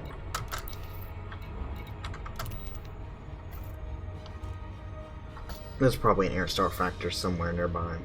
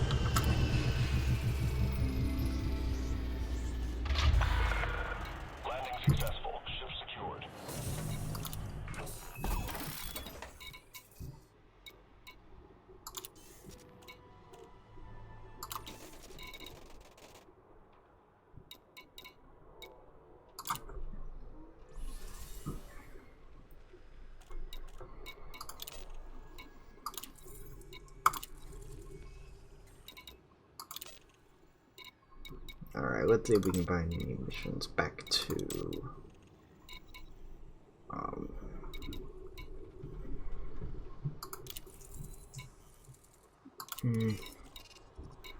Why not? I mean, the faster I get federal rank, the faster I can not have to do these anymore. Incoming message.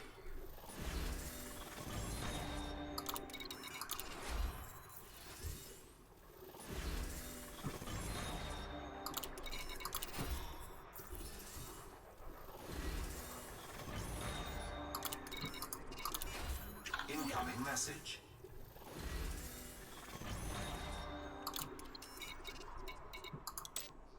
Excellent.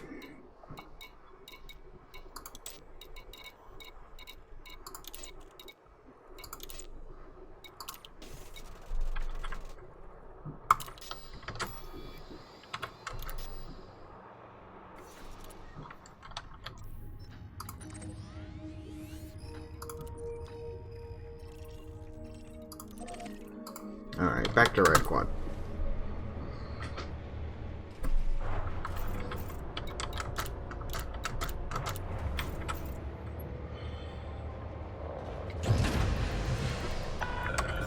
Ship released. Access corridor is clear.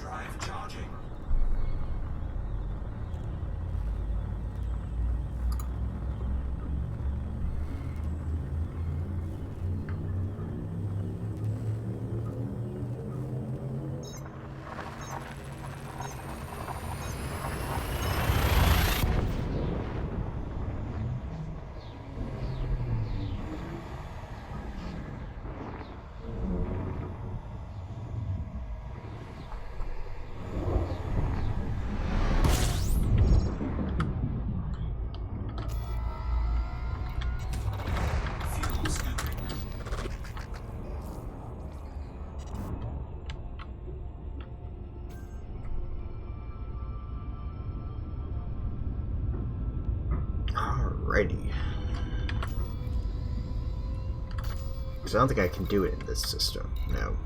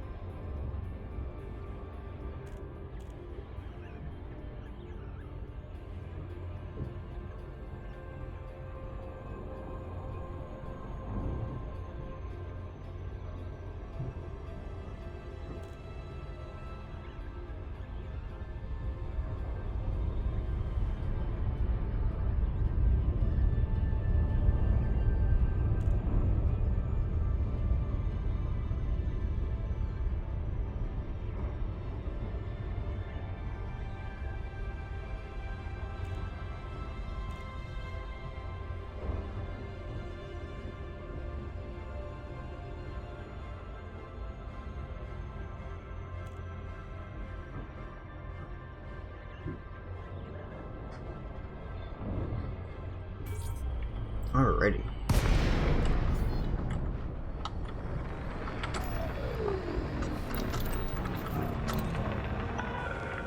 Delay November Indio Charlie. Station services are prepped for your arrival. Greetings, Commander. Landing permission granted. Proceed to landing pad 07.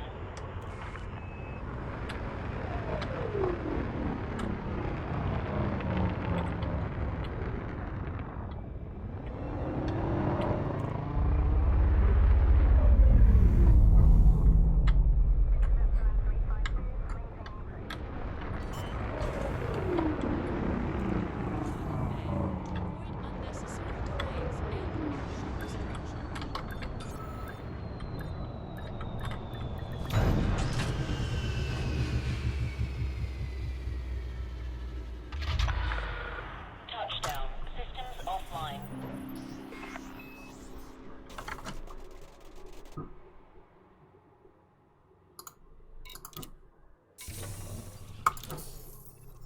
Alright.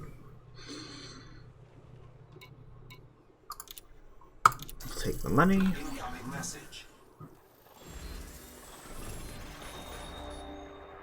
And I am gonna might dip into unfriendly with the Jet family, but I don't care. I doubt they're ever gonna take power.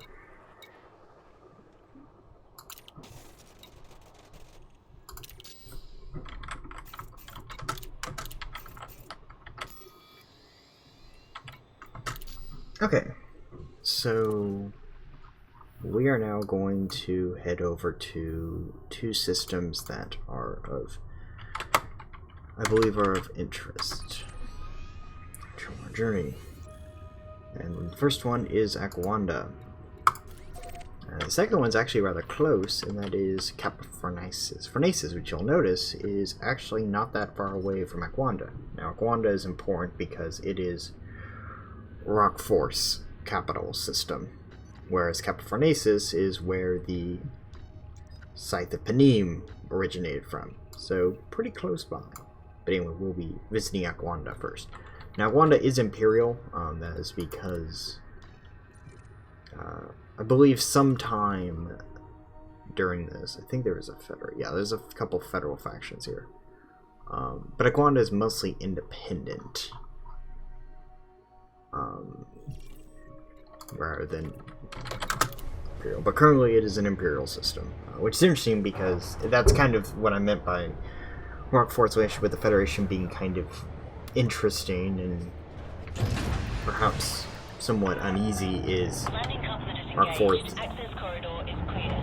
often works inside the Empire, but it's a federal corporation. Then again, Rock Fort owns Upset's planet pretty much, so it seems like this might just be politics on other systems or political entities within Rock Fort. Let's see. It's going to be 4 jumps to get there. Safe travels, Commander. Frameshift drive charging.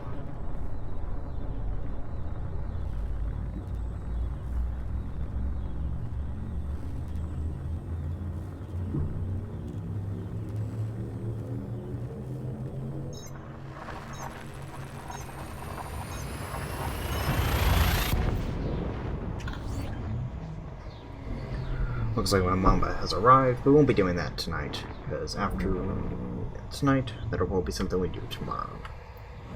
But it's good to know it has arrived at Marshall Park.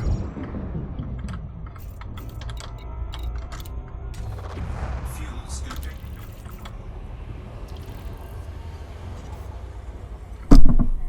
Sorry.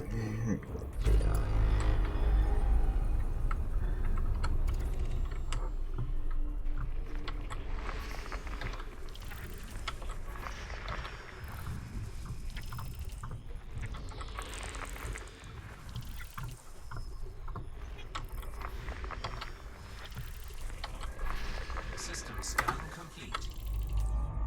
Frameshift drive charging.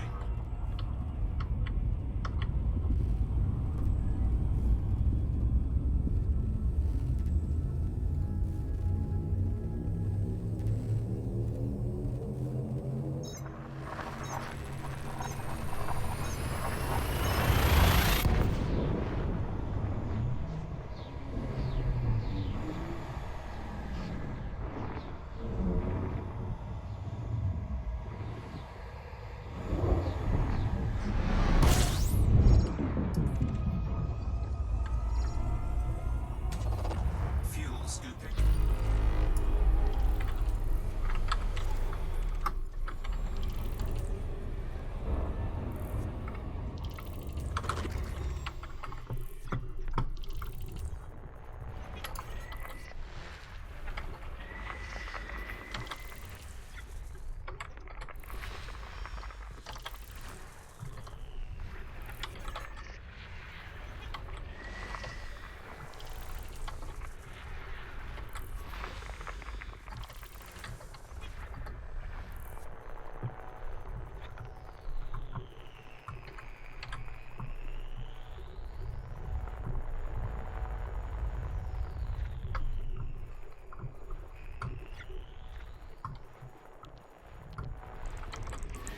System scan complete. There we go.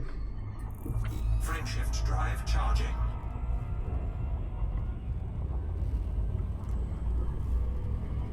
I am somewhat familiar with this area of space, but mostly because of the fact that when I started playing back in 2014, this area was where a lot of the first storylines started, because Analyisis was part of one of the first storylines in the game. Which is interesting because there is some stuff from even back then that is not really hasn't really been resolved, like the whole federal conspiracy with the vice president. Kind of never really, nobody really knows what happened with that. So hey, maybe this is an excuse to go back to that period. Alright. So let's see what we got. Frameshift drive charging. Alrighty, so we are jumping to Akwanda.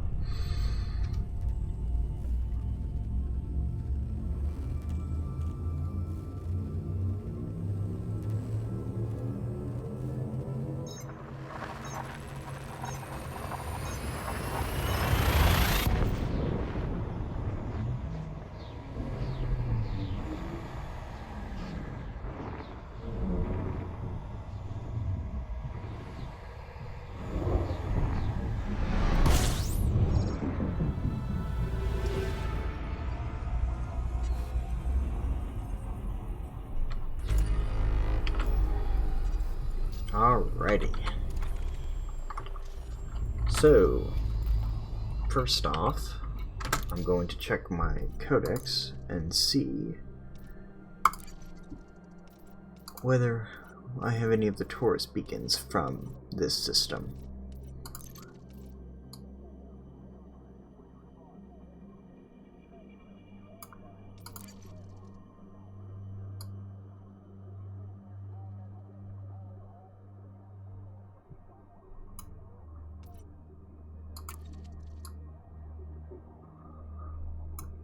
As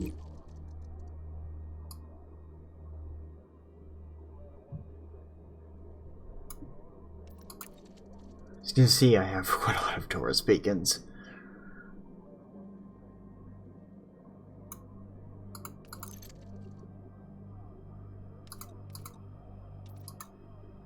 Okay, I do not.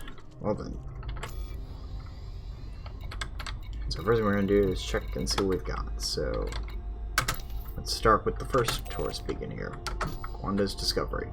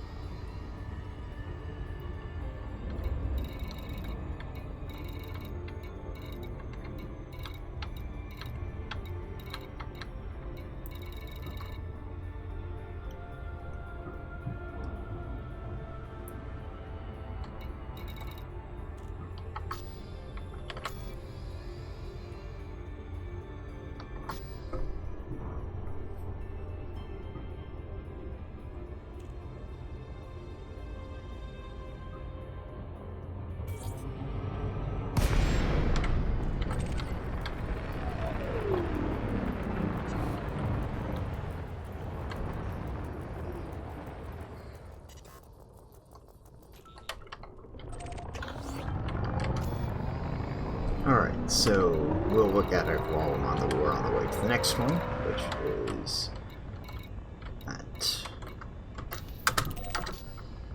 Thompson's Planet. Frameshift drive charging.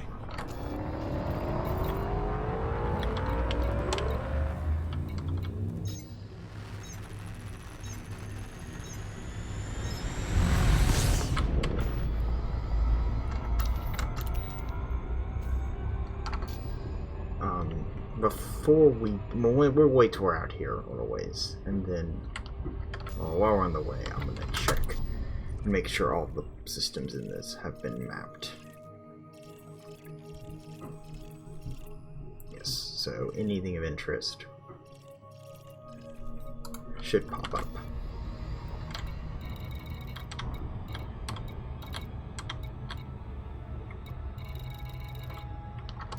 Alright. So, basically, the official discovery of Akwanda goes to Augustus Brinquith, although the Rockforth Corporation claims all rights to the system. 39 years after they had declared the system their headquarters, an ancient message capsule was found in orbit of Jupiter's Sol system. It was transferred to New Delhi University. The artifact was broken into and revealed that Augustus Brinquith had discovered Akwanda before Rockforth had. Not seeing anything too interesting in this one. I mean, Augustus Brinquith is more connected to South Kruger than, say, Rockforth. But not much else. Like, mostly just showing that Rockforth, was in control of the system. Pretty much has complete control of the system. Which, by the way, this is Thompson's world is kind of their capital. It's an agricultural planet, as you would assume. So I think this economy is agricultural, if I remember right. Yeah, it's extraction and agriculture. So some of this stuff is in the Codex, but in the Codex entry on Rockforth.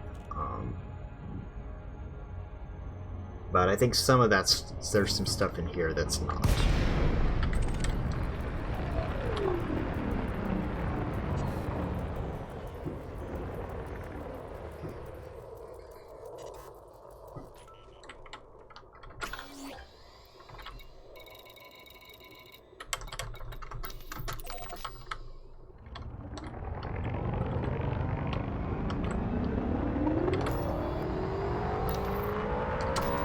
Frameshift drive charging.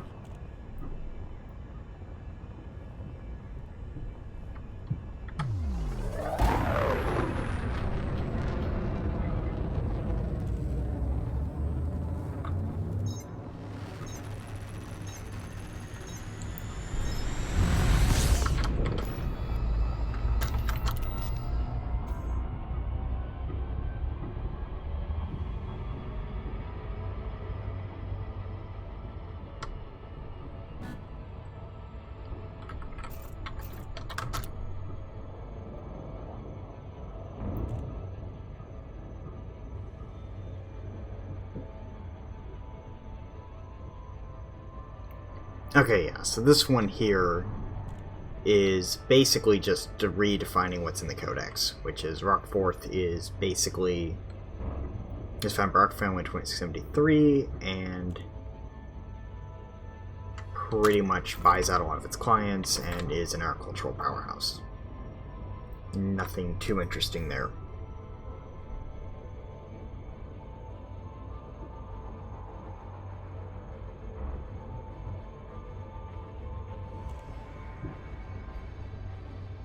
At least when it comes to the Codex entry. The Codex entry pretty much, some of that seems like it was adapted, some of it was adapted in the Codex entry.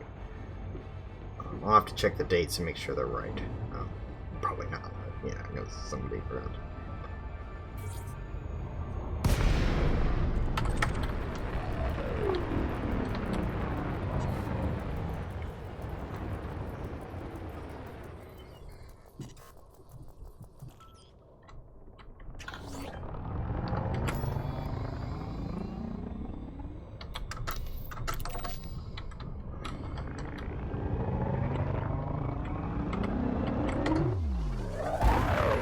Frameshift drive charging.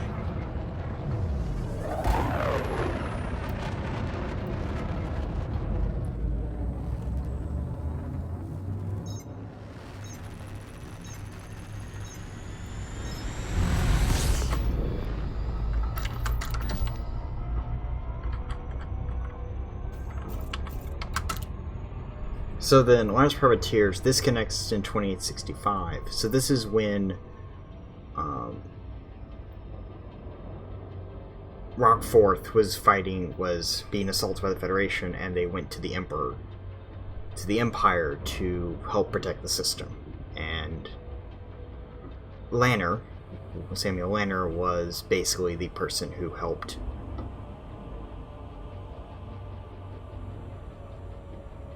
basically push the Federation away, and as a result, Rockforth would sign a contract with them to guarantee the defense of the system.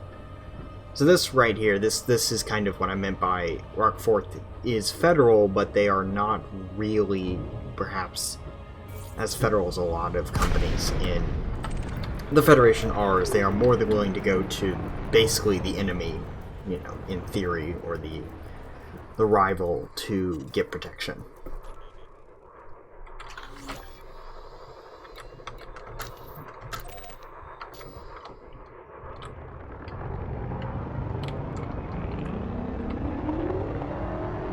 Frameshift drive charging.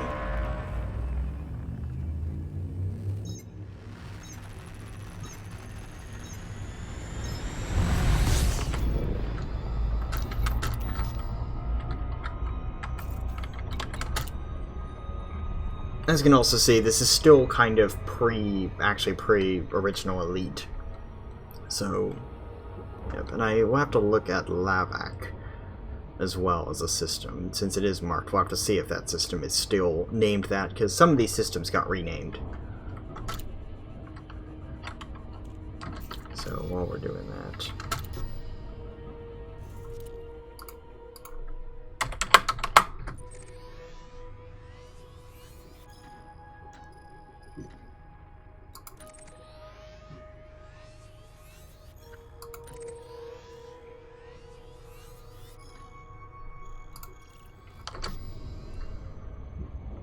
I'll check the name once we, yeah, no, it's Lavac. That's what it is.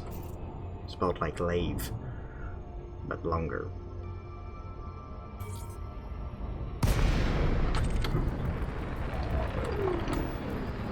We'll look at that here.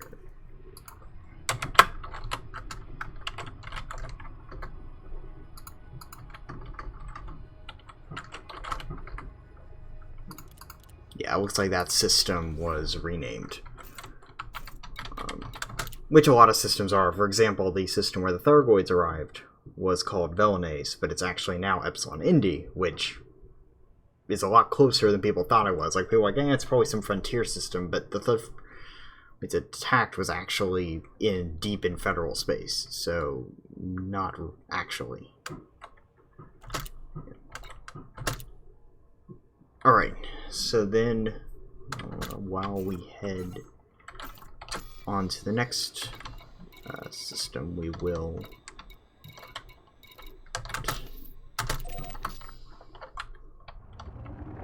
those while we head on to the next tourist beacon. Apart from that, I'm not seeing anything else of interest in the system, like some installations, but nothing. Those don't seem too sketchy.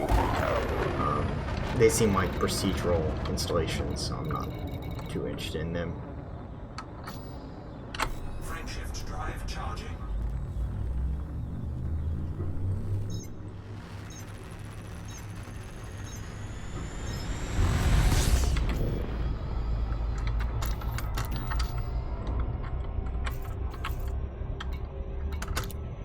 So yeah, so this one is very interesting because, first off, this is 3241, so this is a fairly recent event in contrast to Miar events, and this is connected to Dean Ritt, who is a entrepreneur who died on Yorksville on Thompson's planet.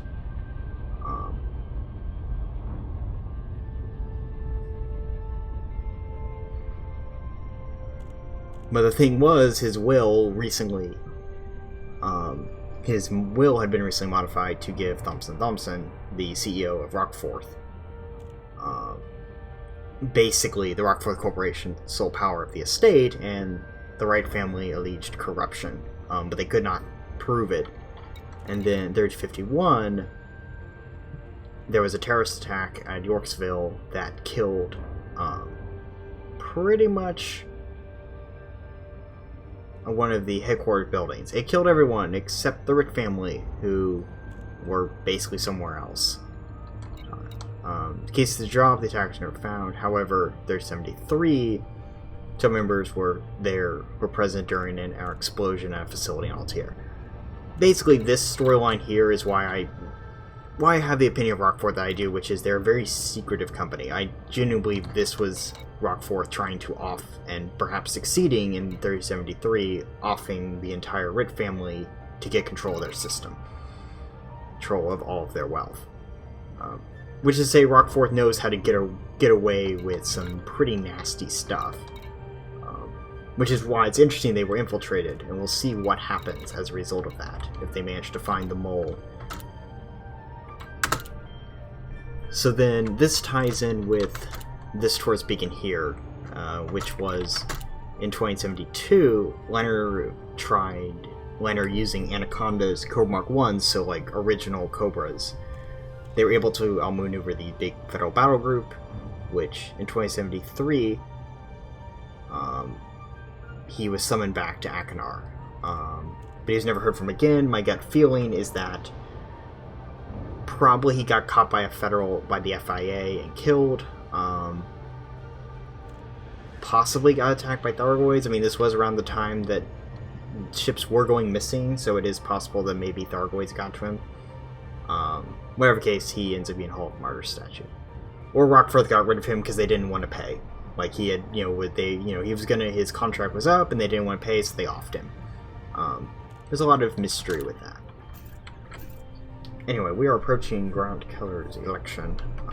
Then we have, is it 2 more, I think? Yeah, we have 2 more. Round 5 and 6.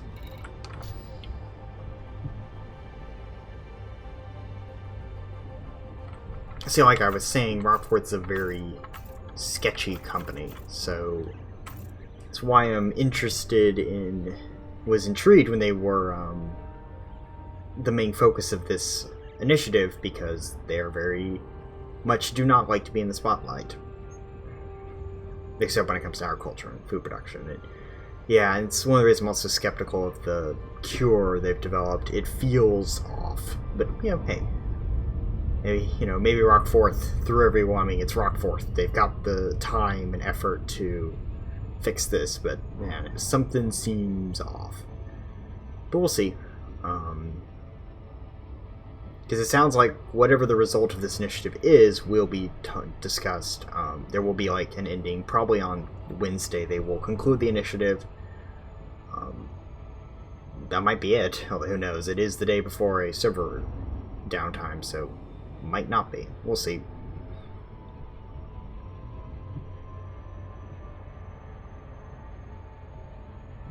we probably get at least one more article this week, maybe tomorrow or Saturday.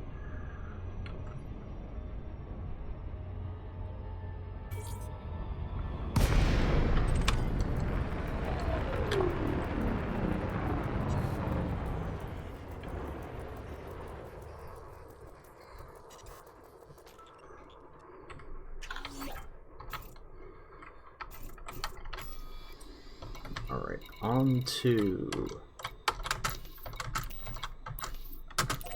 there.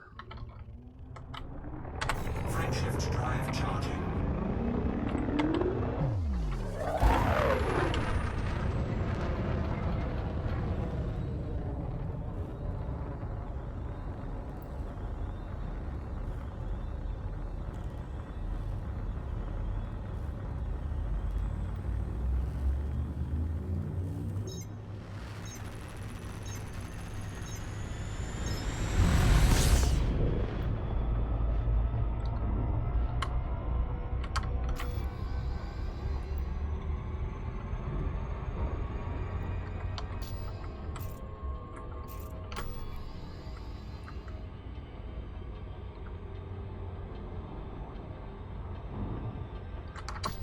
Alrighty. So, Red Keller's election. So basically, this is about 100 years after the events that were mentioned previously, Leonard's victory. In this case, basically Keller pretty much goes to corporations and increases their involvement across society dramatically, and that is used because of the military expenditures of the last century.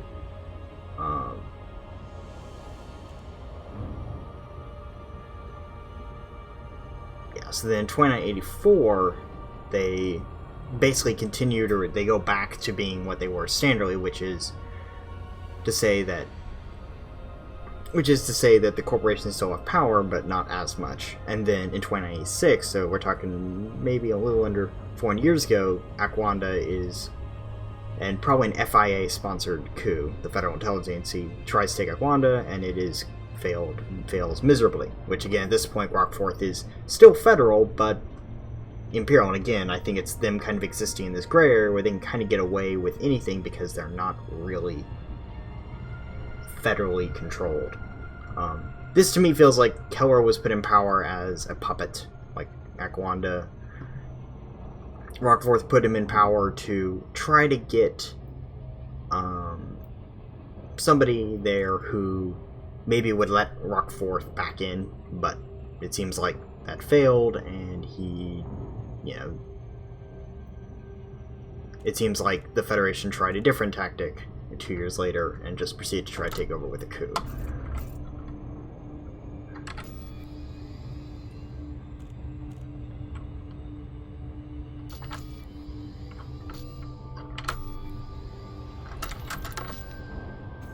Now, Gelwin is actually interesting because, to the Federation, his speech is actually what is in,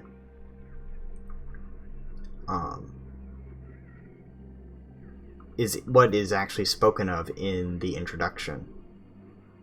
Which is ironic because, like, he is, we will learn about him, and he is most definitely not what he seems.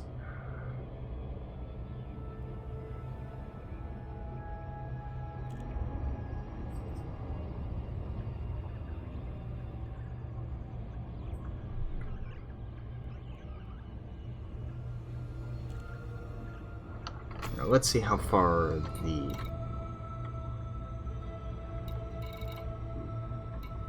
It's like I forgot one.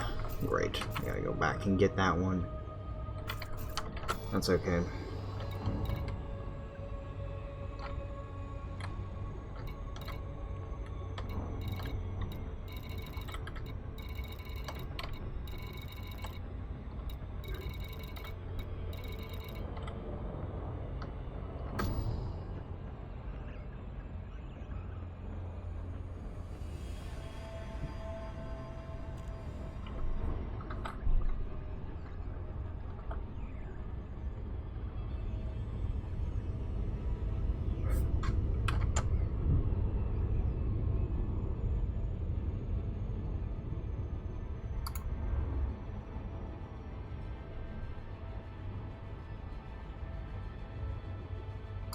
I do not know what happened, but it seems like I have lost a lot of bitrate.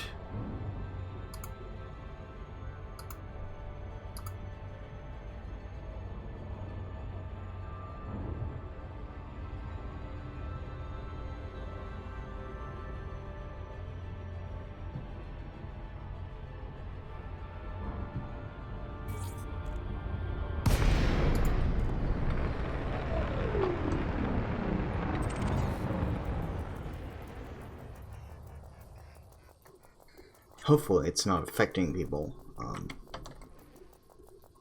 but it is getting rather late for me, so it might be causing, I might be having issues because it is getting quite late for me.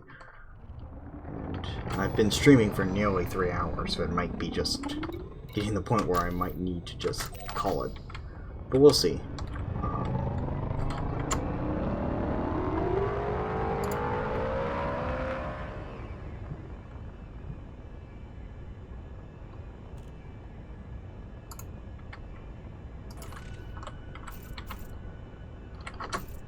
Frameshift drive charging.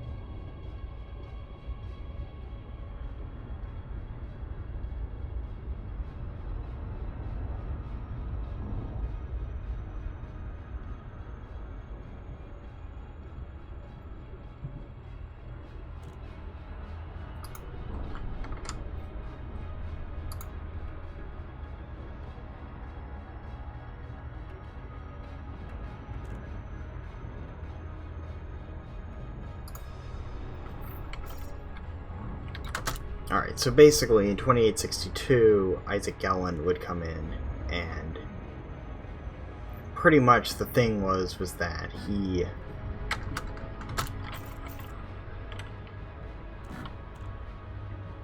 wait till it gets around there we go. Basically after he was elected, he sent people to Akwanda to pay Rockforth, who were the main creditors, who refused to negotiate their settlement, and then, as a result, 2064, the Federal Navy is ordered to invade to take the money. And that, of course, is what leads to Lander's privateers and the Federation being kicked out and the Empire taking control of the system.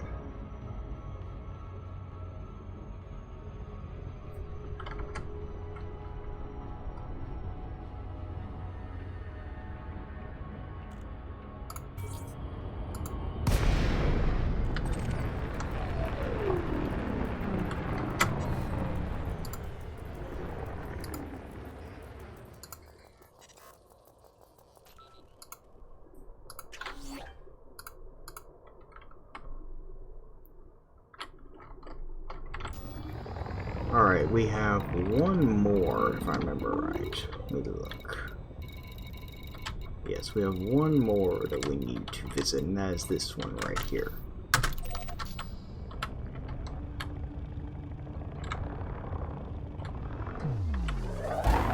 Frameshift drive charging.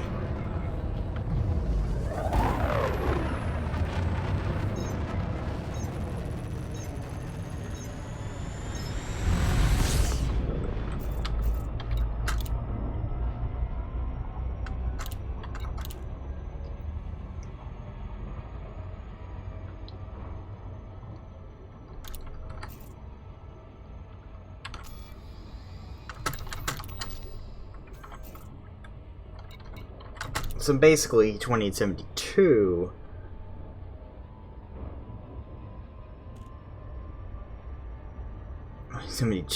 after being basically, because the whole scandal basically brings down the Federation's politics and gets rid of corporate influence for quite a while.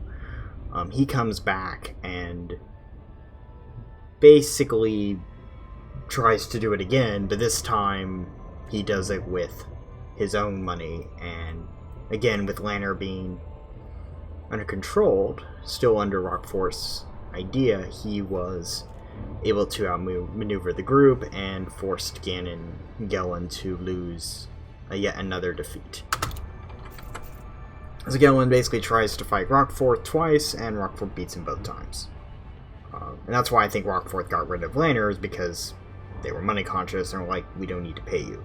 And also by kind of having you quietly removed, without making it look like you'll still be hailed as a hero, but we won't need to pay any bills for it.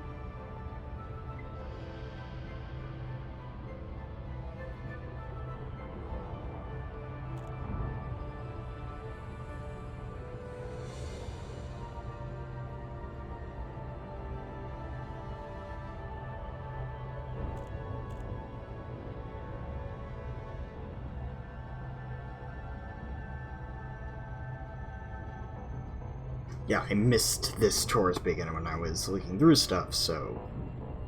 But anyway, by putting these in here, they are now in my codex, if I remember right.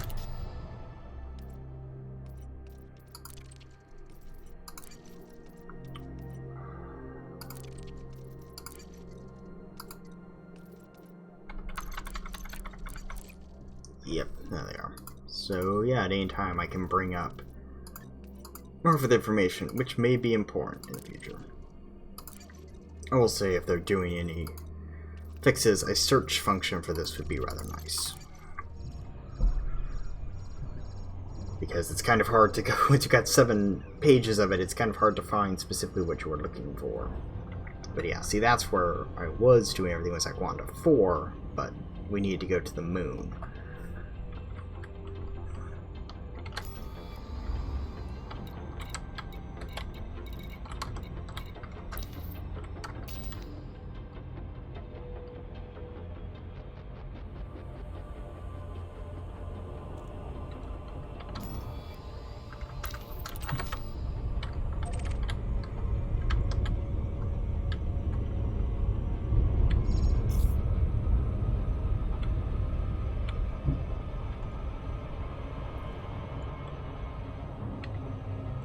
Orbital flight engaged.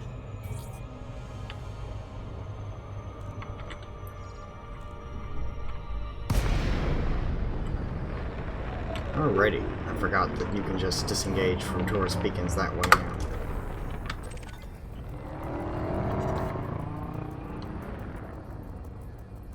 Whether that's a bug or not, I don't know, but...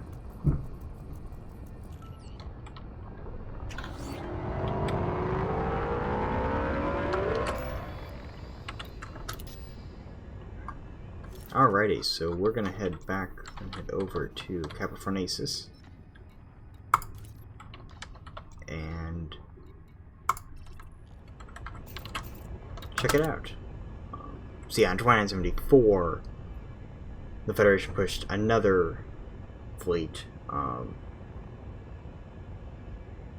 This time, privateer group, and in this case, the Empire just supplied resources and defeated the Federation. So yeah, like, Rockforth is federal, but they are in Imperial space. They operate kind of in a very uncomfortable position for the Federation because they still control, they're still federally aligned, but they operate inside the Empire and take a lot of money and resources from them as well.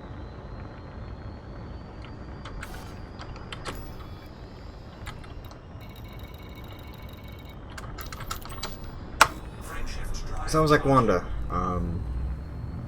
Next stop, Kappa Fornacis. Fornacis, or Fornacis. I've always pronounced Captain Fornacis. Fornacis. But it's right, Fornacis.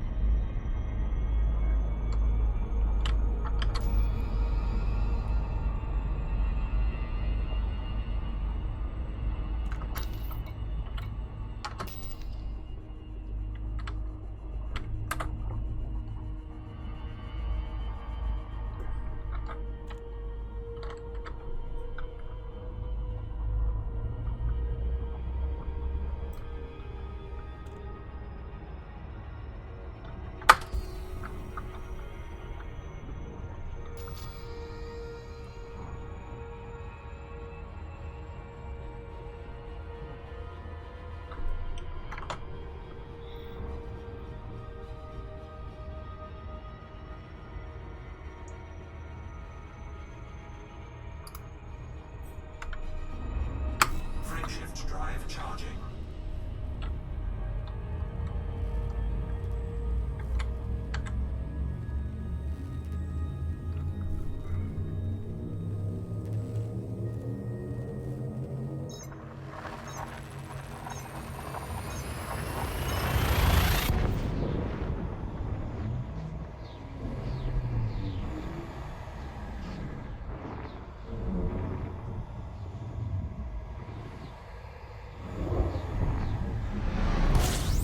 Alright. Kappa Fornacis. Fuel scooping.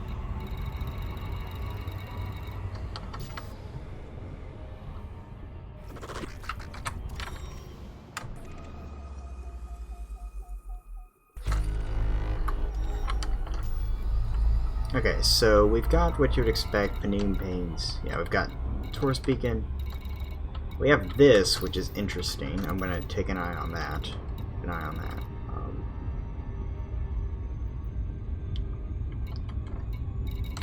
So yeah, first stop will be here.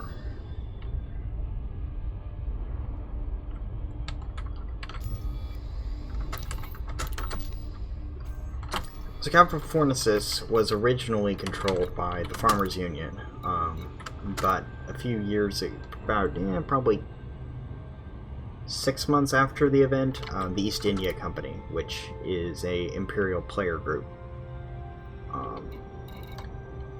basically took over the system to produce Onion Head. So, in the great irony, Kappa Fornacis is not independent, it is a imperial puppet corporate state.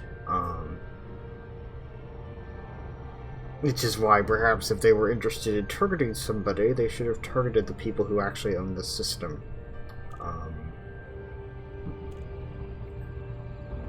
Then again, if they were targeting anti-capitalists, it's possible that they were imperial-based power brokers who were seeing this as an opportunity to harm the Federation. Which, hey, you know, it's a Cold War going on. You gotta be somewhat devious.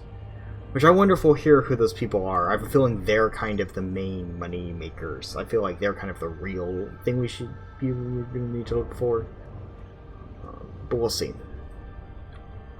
But yeah, Panem is the Earth-like world that orbits. You can see they've got an agricultural installation that produces Onion Head. Yeah, we've got Panem, and then Panes, which is orbits agricultural installation orbits it. Yeah, because the idea is Panem and Panes are kind of like an Earth-like, you know, kind of an Earth and Moon scenario.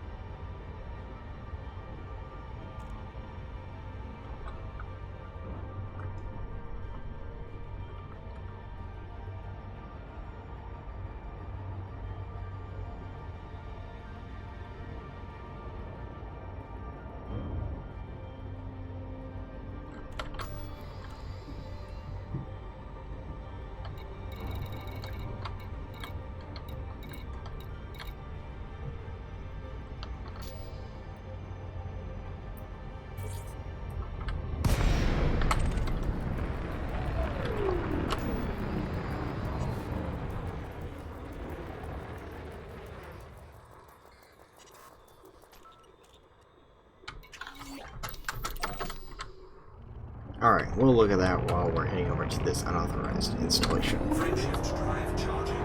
which I don't remember. So we will go and check this out.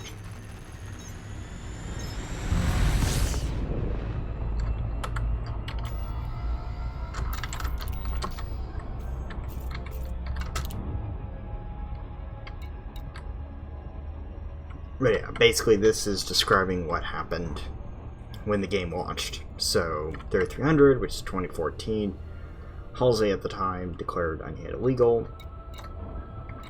George Algeria, who's part of the Farmers Cooperative in Analyisis, Rose bombing of Panim, and then Luca and the Tanmark system became the kind of next place where Unhid was developed, and then it was put back on Panim. And then since it's kind of there's kind of multiple strains that have kind of spread around. That's pretty much it.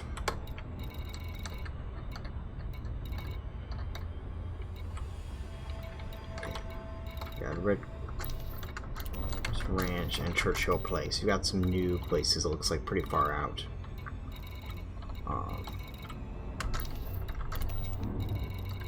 But yeah, it is interesting. It probably might just be a bug, but it's interesting that this is popped up as a point of interest rather than as a installation.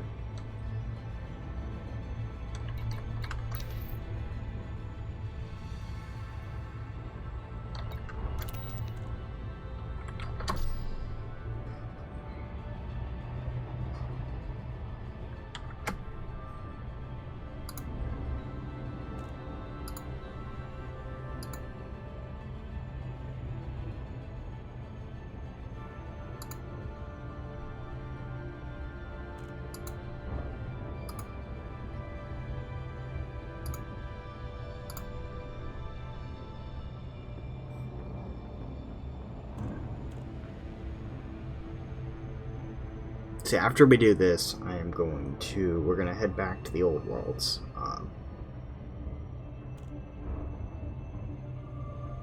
We'll see what happens next.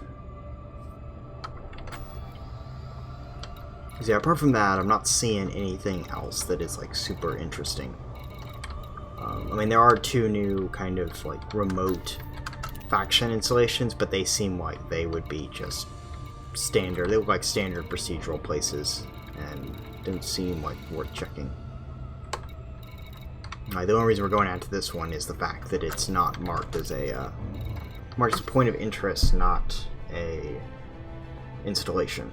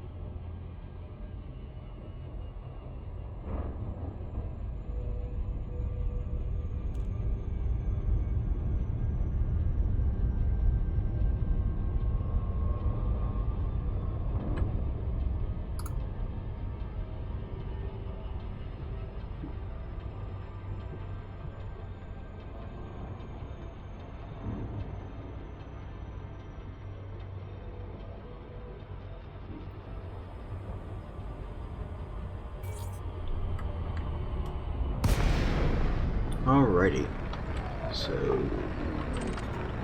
say it's a comms installation. Power plant capacity exceeded.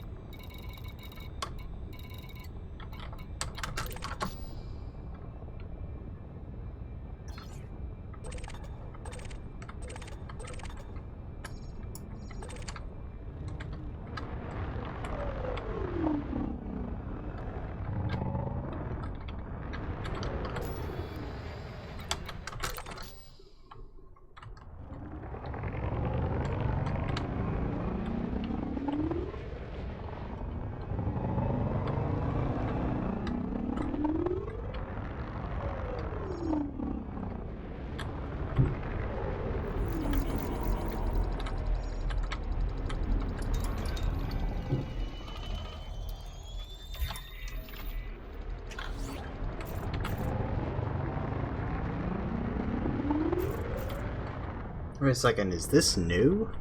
I don't remember this being around here before. I'm gonna may want to make a quick note about this.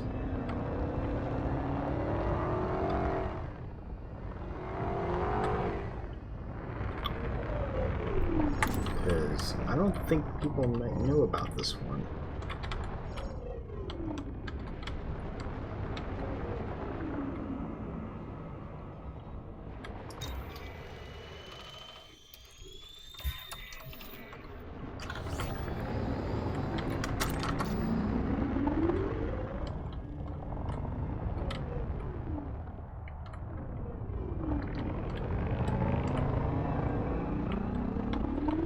Yeah, I think this is a new settlement. I don't recognize the name. So we're gonna pull back a little bit. And I'm gonna mute myself if these are voice acted. Because I want to get a clean recording of it.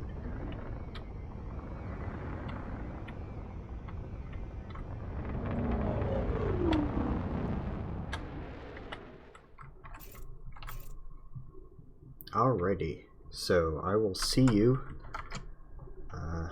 after the. I will see you after if they are voice acted. If not, you'll be seeing me pretty soon.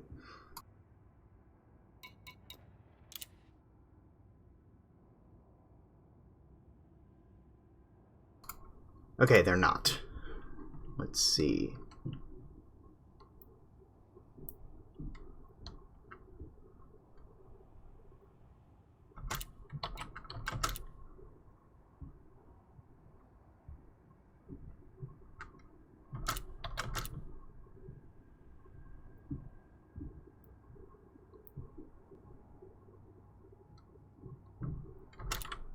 Okay, interesting.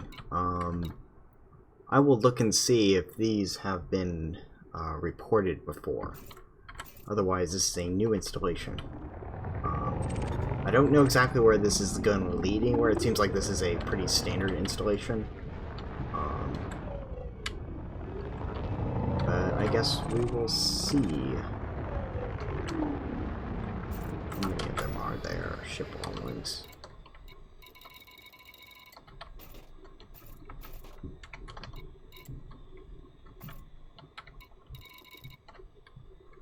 Well then, let's get back to, actually, before we get back anywhere, I do want to get a screenshot of this. I do want to get a few screenshots.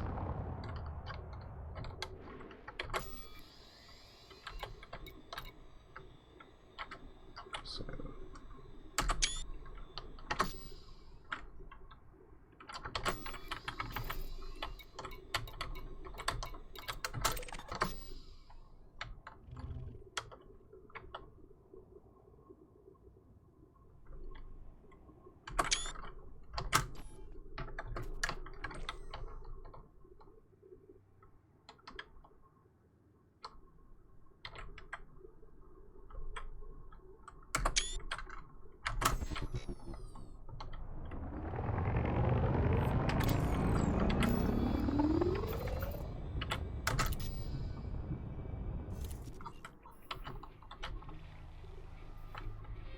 Alrighty, we'll be heading probably back down here after the Scourge is over and see if there's any other interesting things around this area. But instead, for now, we're gonna head back to Raidquan.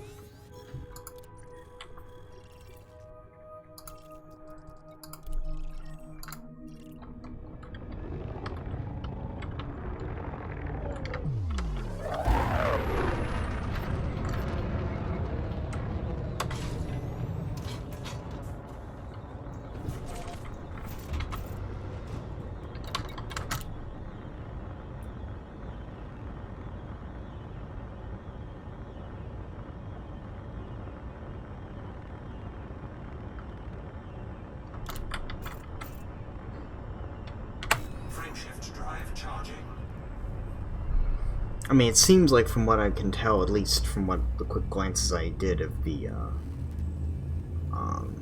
which I should take screenshots. I'll take screenshots of the,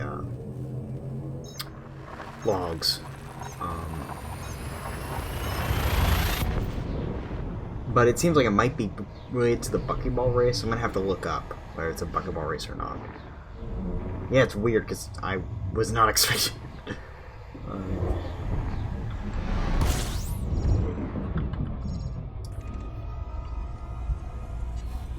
System scan complete.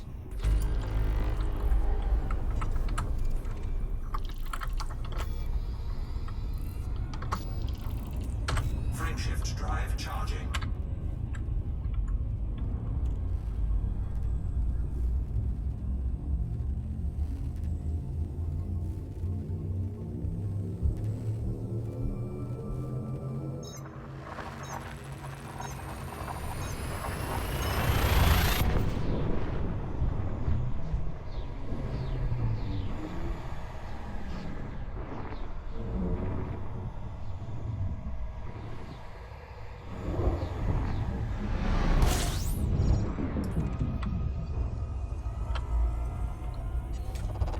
Fuel scooping.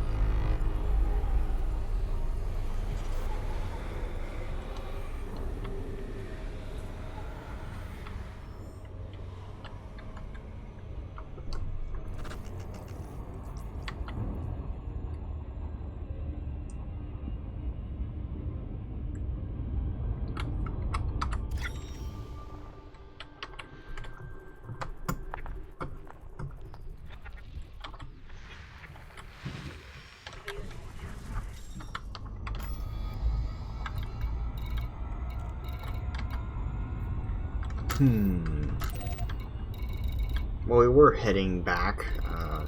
Blink installation means a quick check is necessary. We'll do a... Oh, it's combat aftermath. Never mind. Alright. Never mind. Not dealing with that.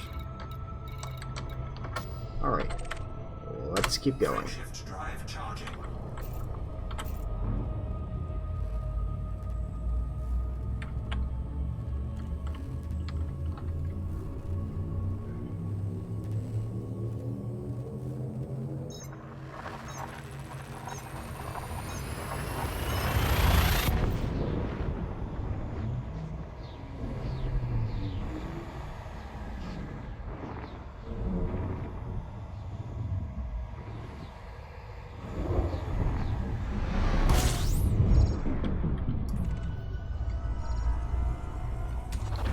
Fuel scooping. System scan complete.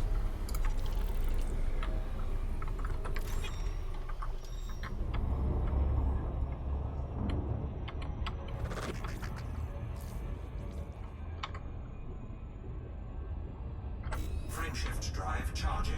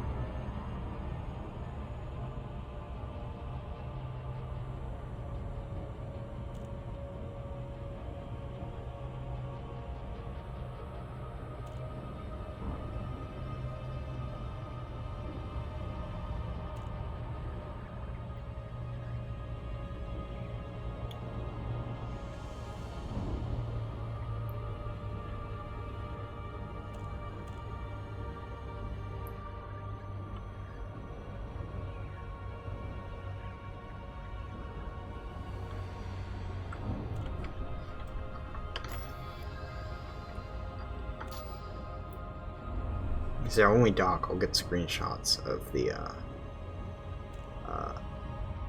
3 logs, so got them.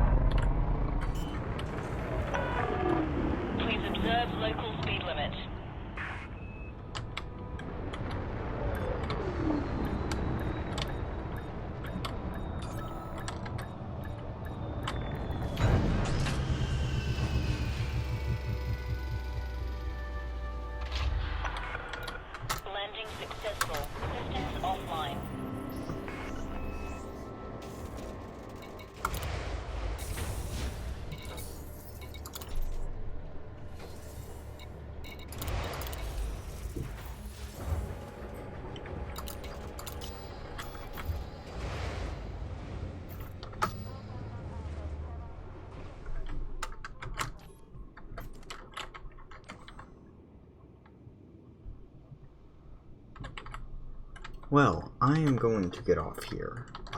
Been streaming for about 3 hours, 30 minutes, so thank you all for coming out. Hopefully I'll be on tomorrow, and I'll get the logs screenshot. I'll probably post to my Twitter, which is below in the video, in the channel description. So thank you for coming out, and I will see you later.